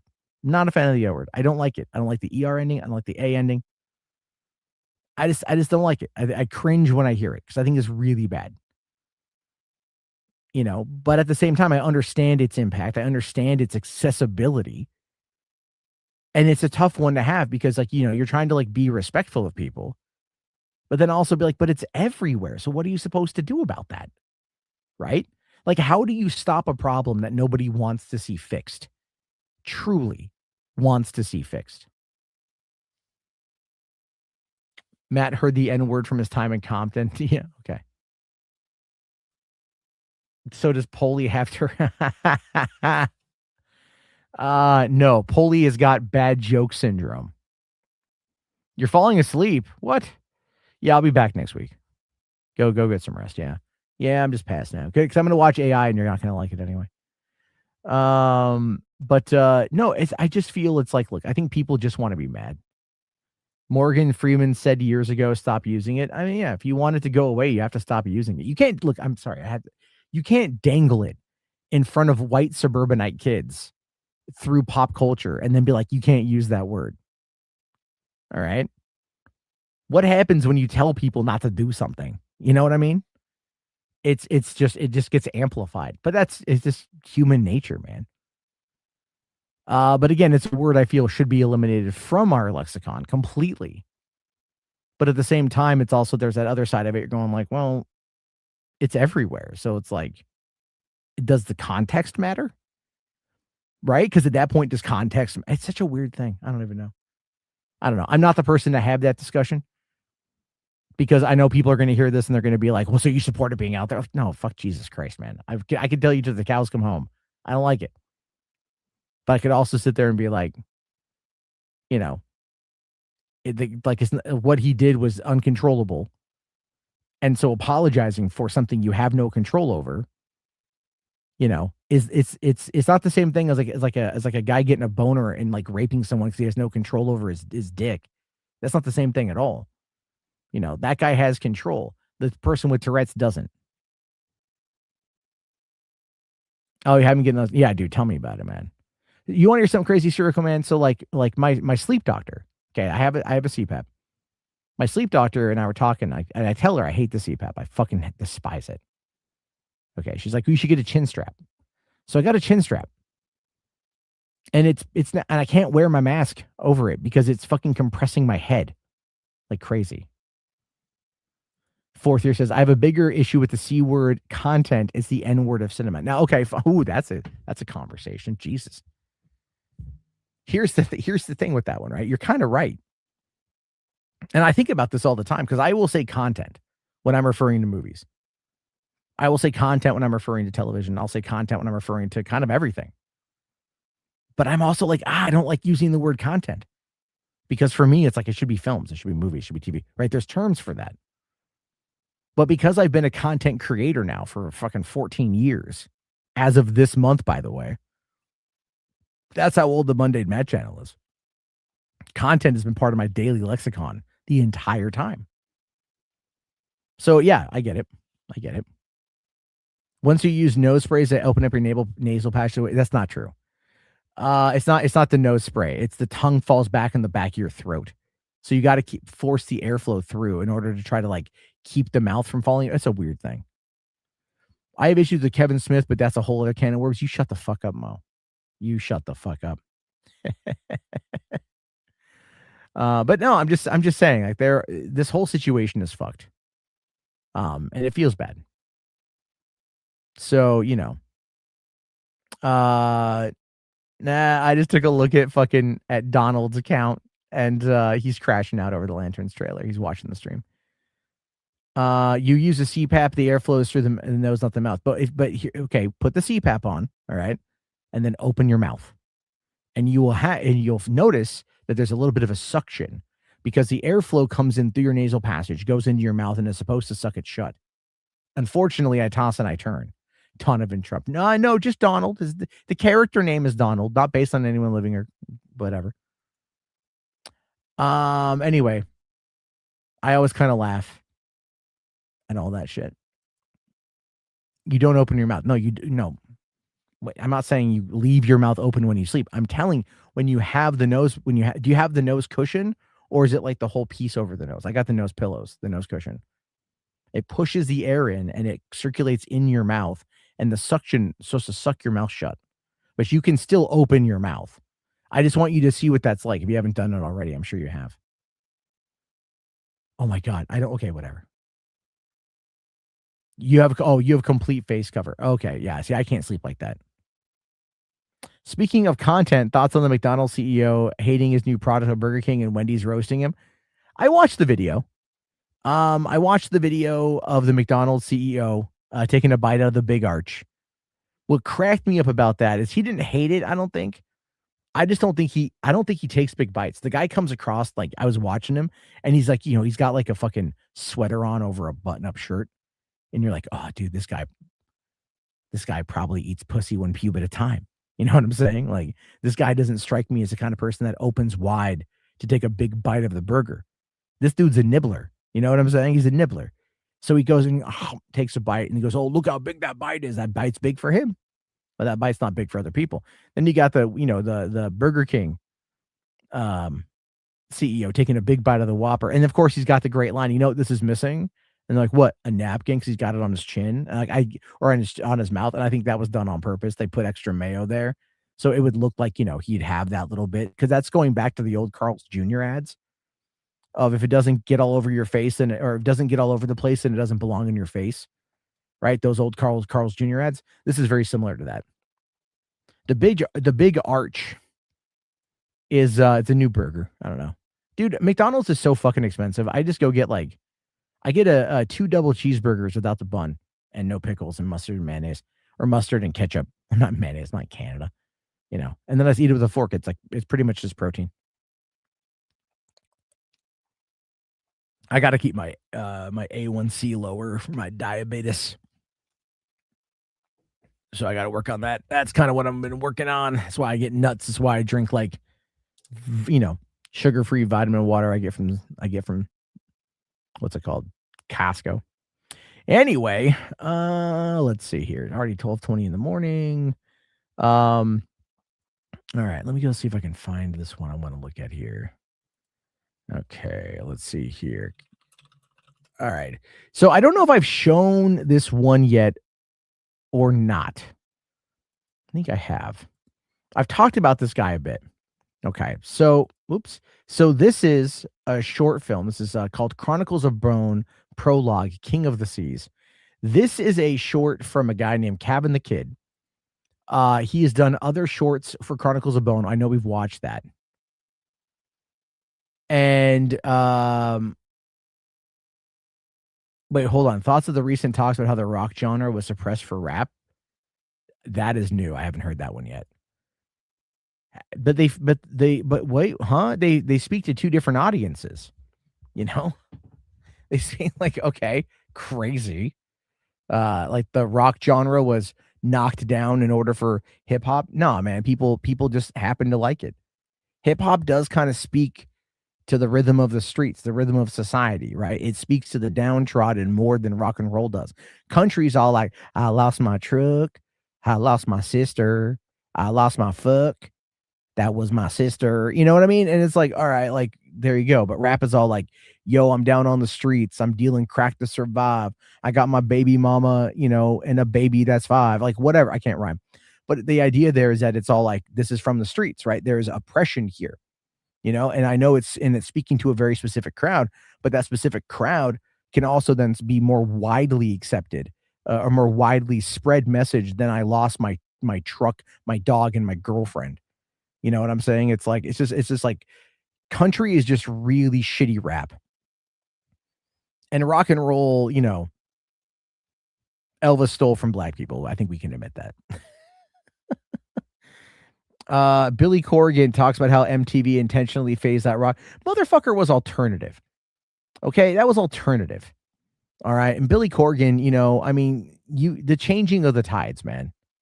The changing of the tides is all that is. It's just a paradigm shift, all that shit. All right, here, let's check this out. So again, prologue, King of the Seas. This is all kind of fairy tale based. But they're actually working on turning this into a TV show. This is all AI. I don't know what he does. I think it's Kling, but I don't know his workflow. I'd love to though. It's super good.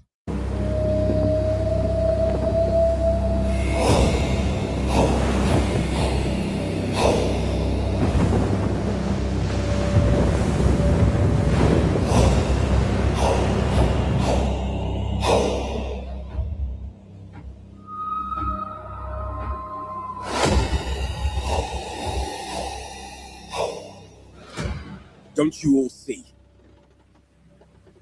We are not free men.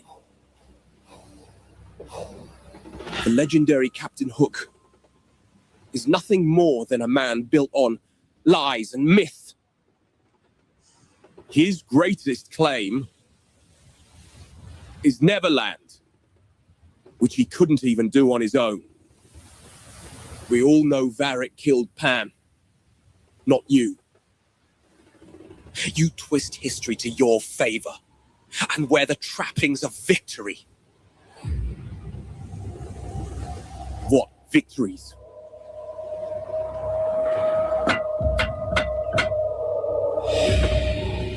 Yo, that's creepy.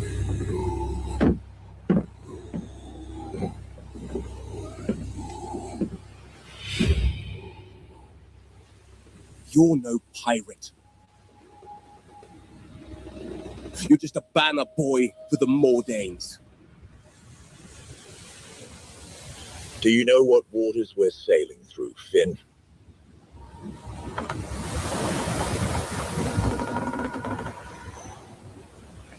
Can you hear the faint singing against the tide? It's quite peaceful, yeah? Those are lies. Do you know what a mermaid does to a man?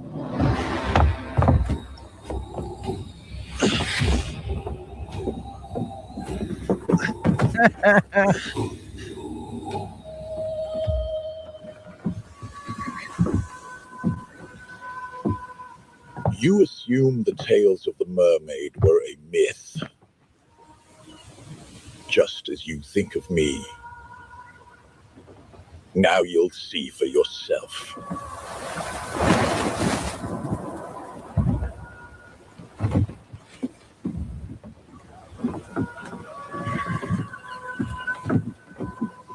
I'll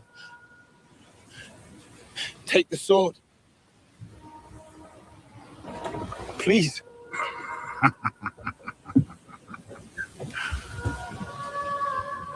This is the man you wagered your lives on.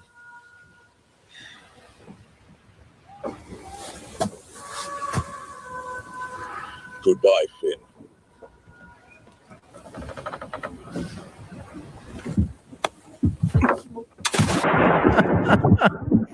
Shit, that's dark. Hey, look, it's Mara.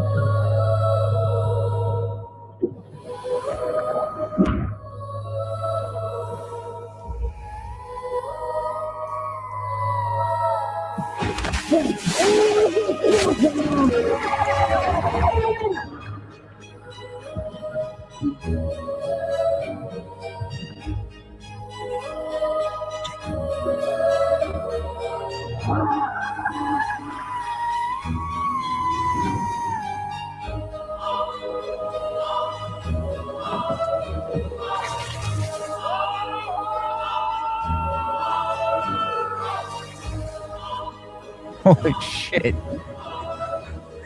So our remaining mates, their reward for courage.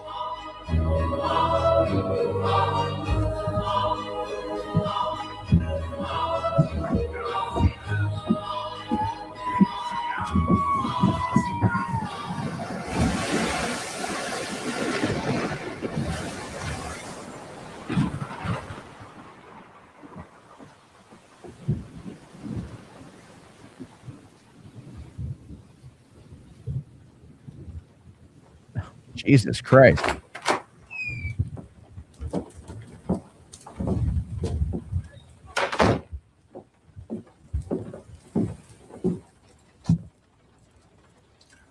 What is the status of our crew?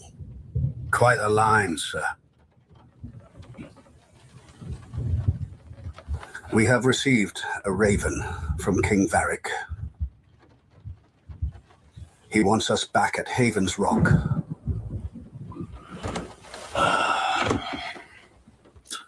The worst mistake I ever made was partnering with that lifeless leech. He wants you to lead his fleet on a southern assault. Ah, yes. The other self-declared king. That boy Finn was not wrong.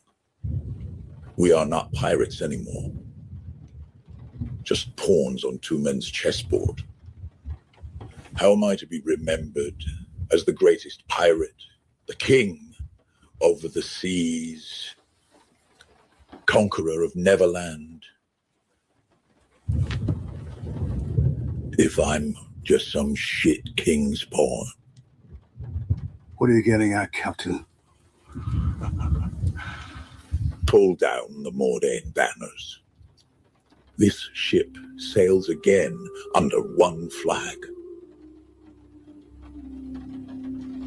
This is not a decision we should make lightly.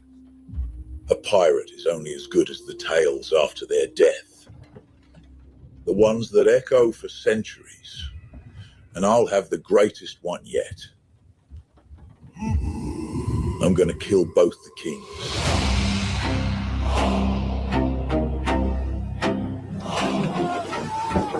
This is pretty fucking good. Like, it's pretty fucking good.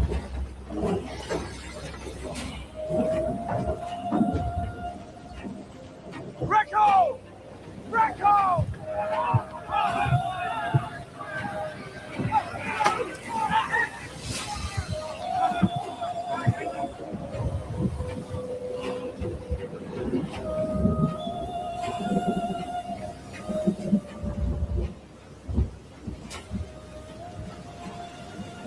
Those are John Silver's banners.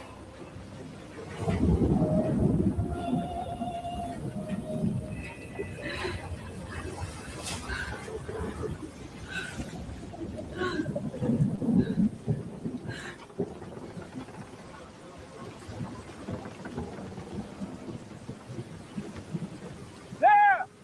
Survivor!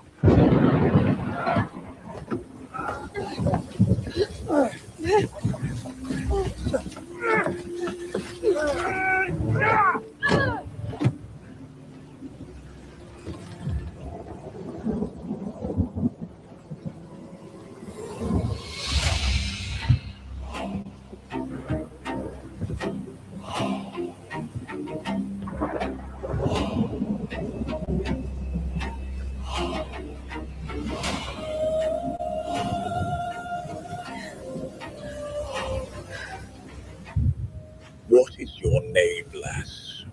A ship. No sails. No oars. It sank beneath the waves like a beast.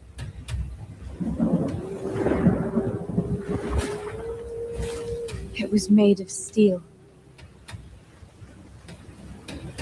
Moving like a knife through the water. Oh shit, that's fucking Nemo. So it's the cabin fever that's got you.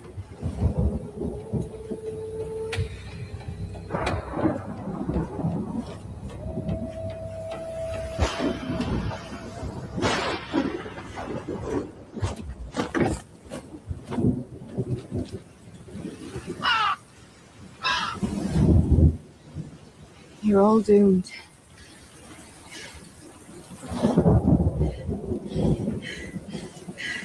You're all doomed!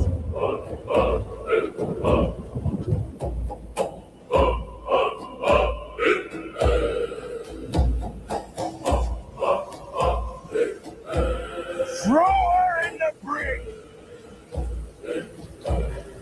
Well, I think it's Nemo because she's talking about a submarine. Captain, they have her!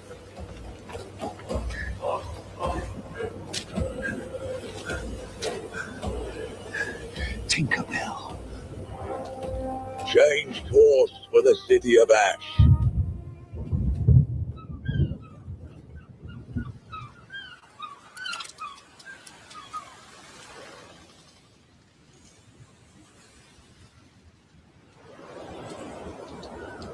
I wonder if she's like Maid Marian or something because she's got like red hair. Or It Merida. took me a minute, but there is only one red-haired dame known across the seas.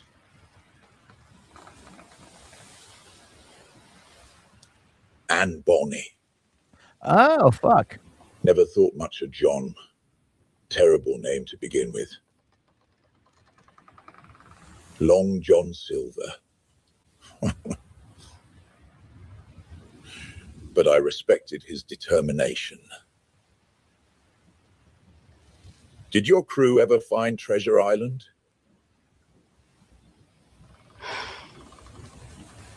Tell me, who attacked you last night? Our ship was sinking before we saw anything. Cannons that traveled underwater. The ship rose from under the waves. It was black magic.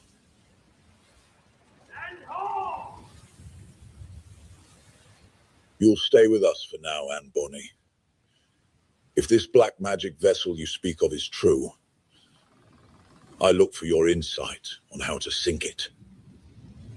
There is no stopping it. What I'm about to acquire today will make you think otherwise. So the very first prologue was a guy going and taking out some bad dudes and taking back Tinkerbell.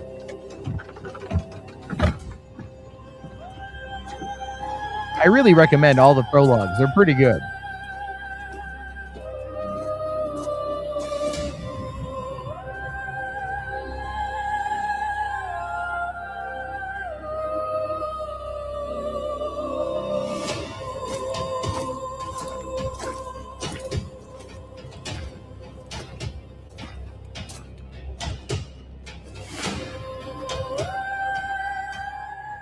God, I hate this place.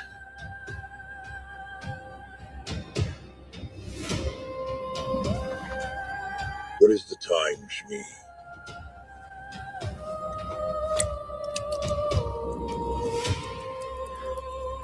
Ten past, Captain.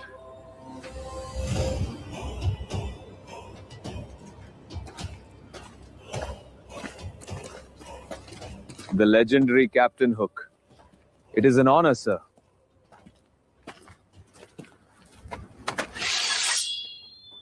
Gentlemen, there is no need to draw steel. We are here simply to discuss the terms of your surrender, to serve the true king of the seas and the realms of man, Captain Nemo. See, called it.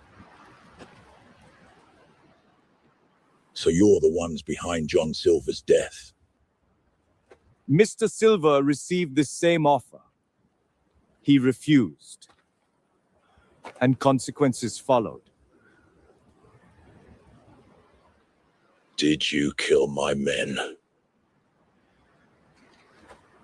I've killed none of your men, sir. I am here in service of Captain Nemo to broker a peaceful surrender and partnership. I've grown quite tired of all these so-called kings. Jesus Christ.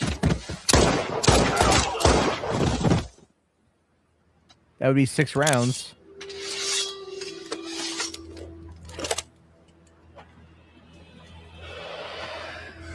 Captain? We need to go now. What about Tinkerbell? Those pirates are dead, and this Nemo likely has her now. We need to regroup at Dead Man's Bay.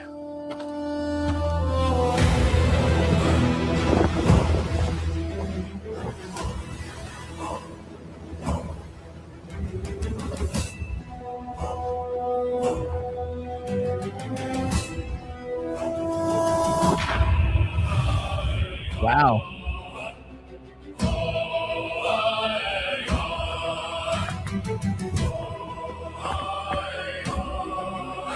All right. All right.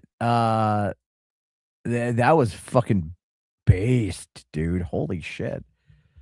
That was good. That was 15 minutes. I mean, look, there were some issues. Some of the shots didn't quite line up. There was, some stuff they could have done. But I mean, as far as it goes, it was good. Yeah, this whole short was just one prompt. Yeah. Yeah,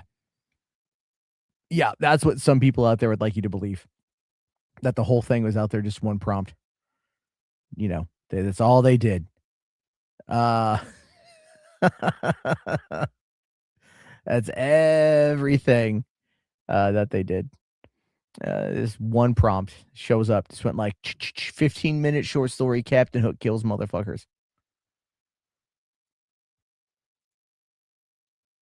Oh, well, here's the thing with this music man. He said in here, if I could talk, says here that he would watch all of it if it was a show. It is actually going to be a show.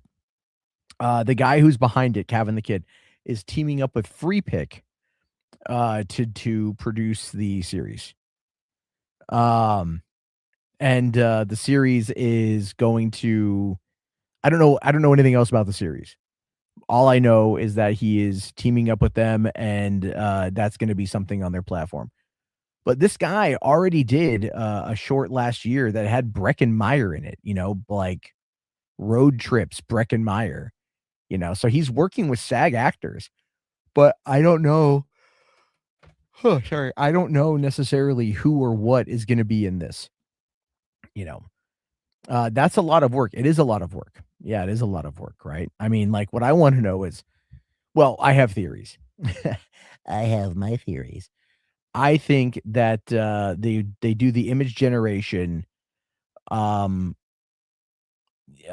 want to say Mid-Journey, maybe just the quality of the image feels like Mid-Journey, but it could be something else, right? Some of these other ones now, because I think they use Kling to do it, but it's possible that they're using Mid-Journey or Kling editor to be able to create the base elements, right?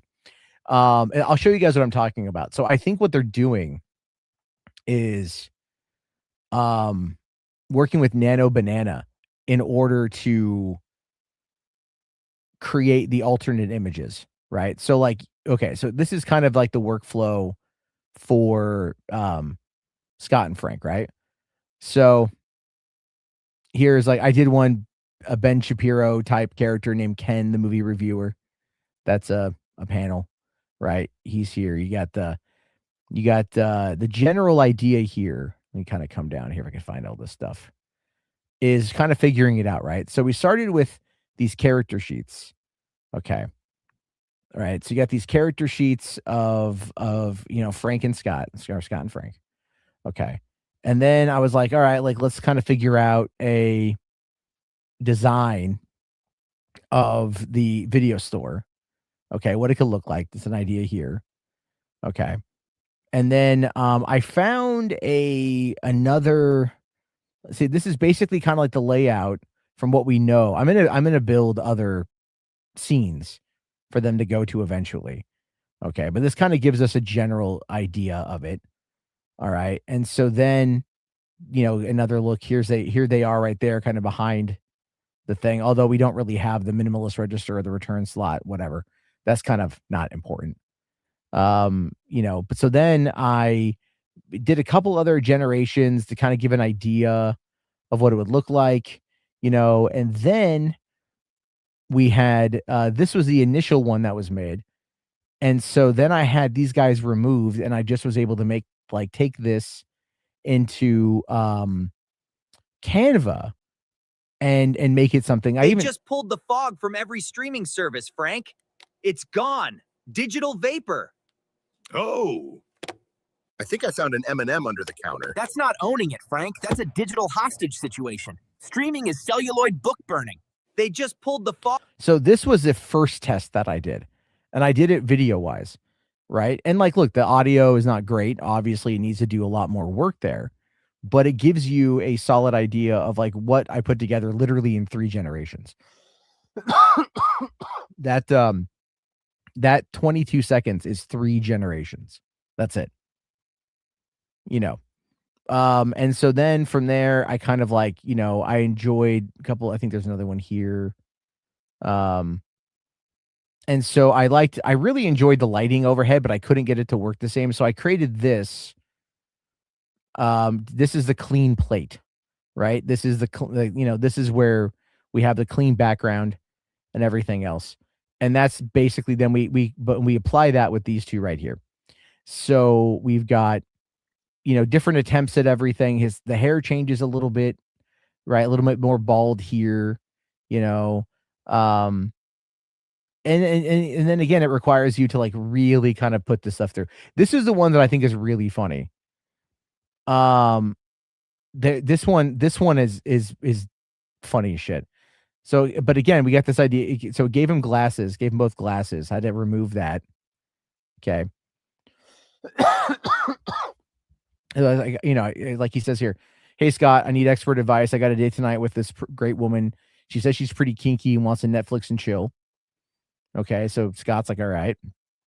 And then, you know, the next one is, he's like, so, you know, I'm thinking, setting the mood, you know, so which do you think is better for that? A Serbian film or Irreversible? And then, you know, Scott's like, what do you know is bad? Right. And then like, you know, initially I was like, oh, I'll stick with my first plan, which was the coffee table. And it kept doing this whole thing. And I was like, I don't like that at all. Then it went and did this. The coffee table is a movie, right? This is the AI gets a little wonky. I do like the shading. This looks like it's like a, you know, a version of it that's, you know, like big budget studio. And then I was able to kind of go back in. I see cut more here, right? Change it. I don't like that at all. Then then I went back and I found, you know, I think this is the one I went with. Initially, but you can see there's like degradation on everything. Maybe I found another one there. Scott, I finally got a bootleg of my favorite movie from when I was a kid. It's about a sweet old man on a plantation who tells stories to the young boy who lives there. Okay, what's it called? Scott, I finally got. Oh yeah, this is what I was trying to do other ones as well. You know, to see if because it's all work in progress, right? Everything's a work in progress. Trying to make it funny, you know, and everything else. But it's just all generation. You kind of play with it a little bit. This one fucked up. Scott, I finally got a bootleg of my favorite movie from when I was a kid. It's about a sweet old man on a plantation who tells stories to the young boy who lives there. Okay, what's it called? Scott, I finally. So it's like just showing you guys, like, you know, it can do pretty well, but you've got to like tweak it and you got to be very specific with it and everything else. And lots of times generations don't necessarily work. Like I'm working on this one right here about, you know, like, wait, Bruce Campbell has cancer.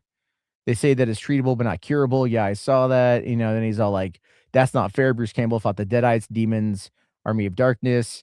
He even gave Spider-Man his name. Cancer doesn't really think Frank. And then, you know, and then cancer thinks it's him. Right. So like here it fucks up. I could just remove that whole thing. And then, or you know, here's another one here, right? That's not fair. But then you get the horror over here is all changed. So it's like you got to go in, you got to fuck with it a little bit. But that's what I think a lot of what he's doing is that. I still hear the comic strip is Rick and Morty. That's fine.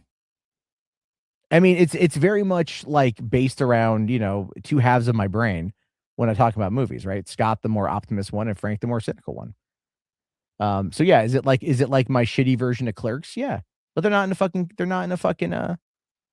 you know, they're not in a convenience store. They're in an old, you know, last video store on the earth.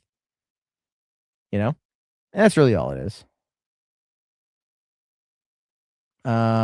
So yeah, anyway. I don't really have anything else to talk about. So I think I'm just going to end it because it's already almost 1:00 in the morning, and I'm just going to go get some rest before I start my week tomorrow. God, I love it, man. Too bad, like, the nearest store to me is, like, 20 miles away. No, 17 miles away. Because I'd like to go get some popcorn, but, I can't do that right now. Everyone's asleep. So, but I do need to go finish up watching, Fallout, actually, which has been pretty good. And I've been playing a lot of Arc Raiders, and Arc Raiders is pretty damn good. I like Arc Raiders quite a bit. Open a blockbuster franchise. Yes, yes. I'll totally do that. Am I doing 10 hours, aren't you? Yeah, yeah. Let's see here. Let me take a look at what it is. I know I start at 4. I know that much. Kids get off school at what's it called? At 2 something. So basically get them home and take a quick nap and go back to work. So yeah, I've got let's see. Tomorrow's looking at around like 9.5, 10 hours. You know, it looks like I don't think I'll be doing the overall. Yeah, I need to record. I got to record your patio. Jess here did Transformers 1986, and then I did watch it.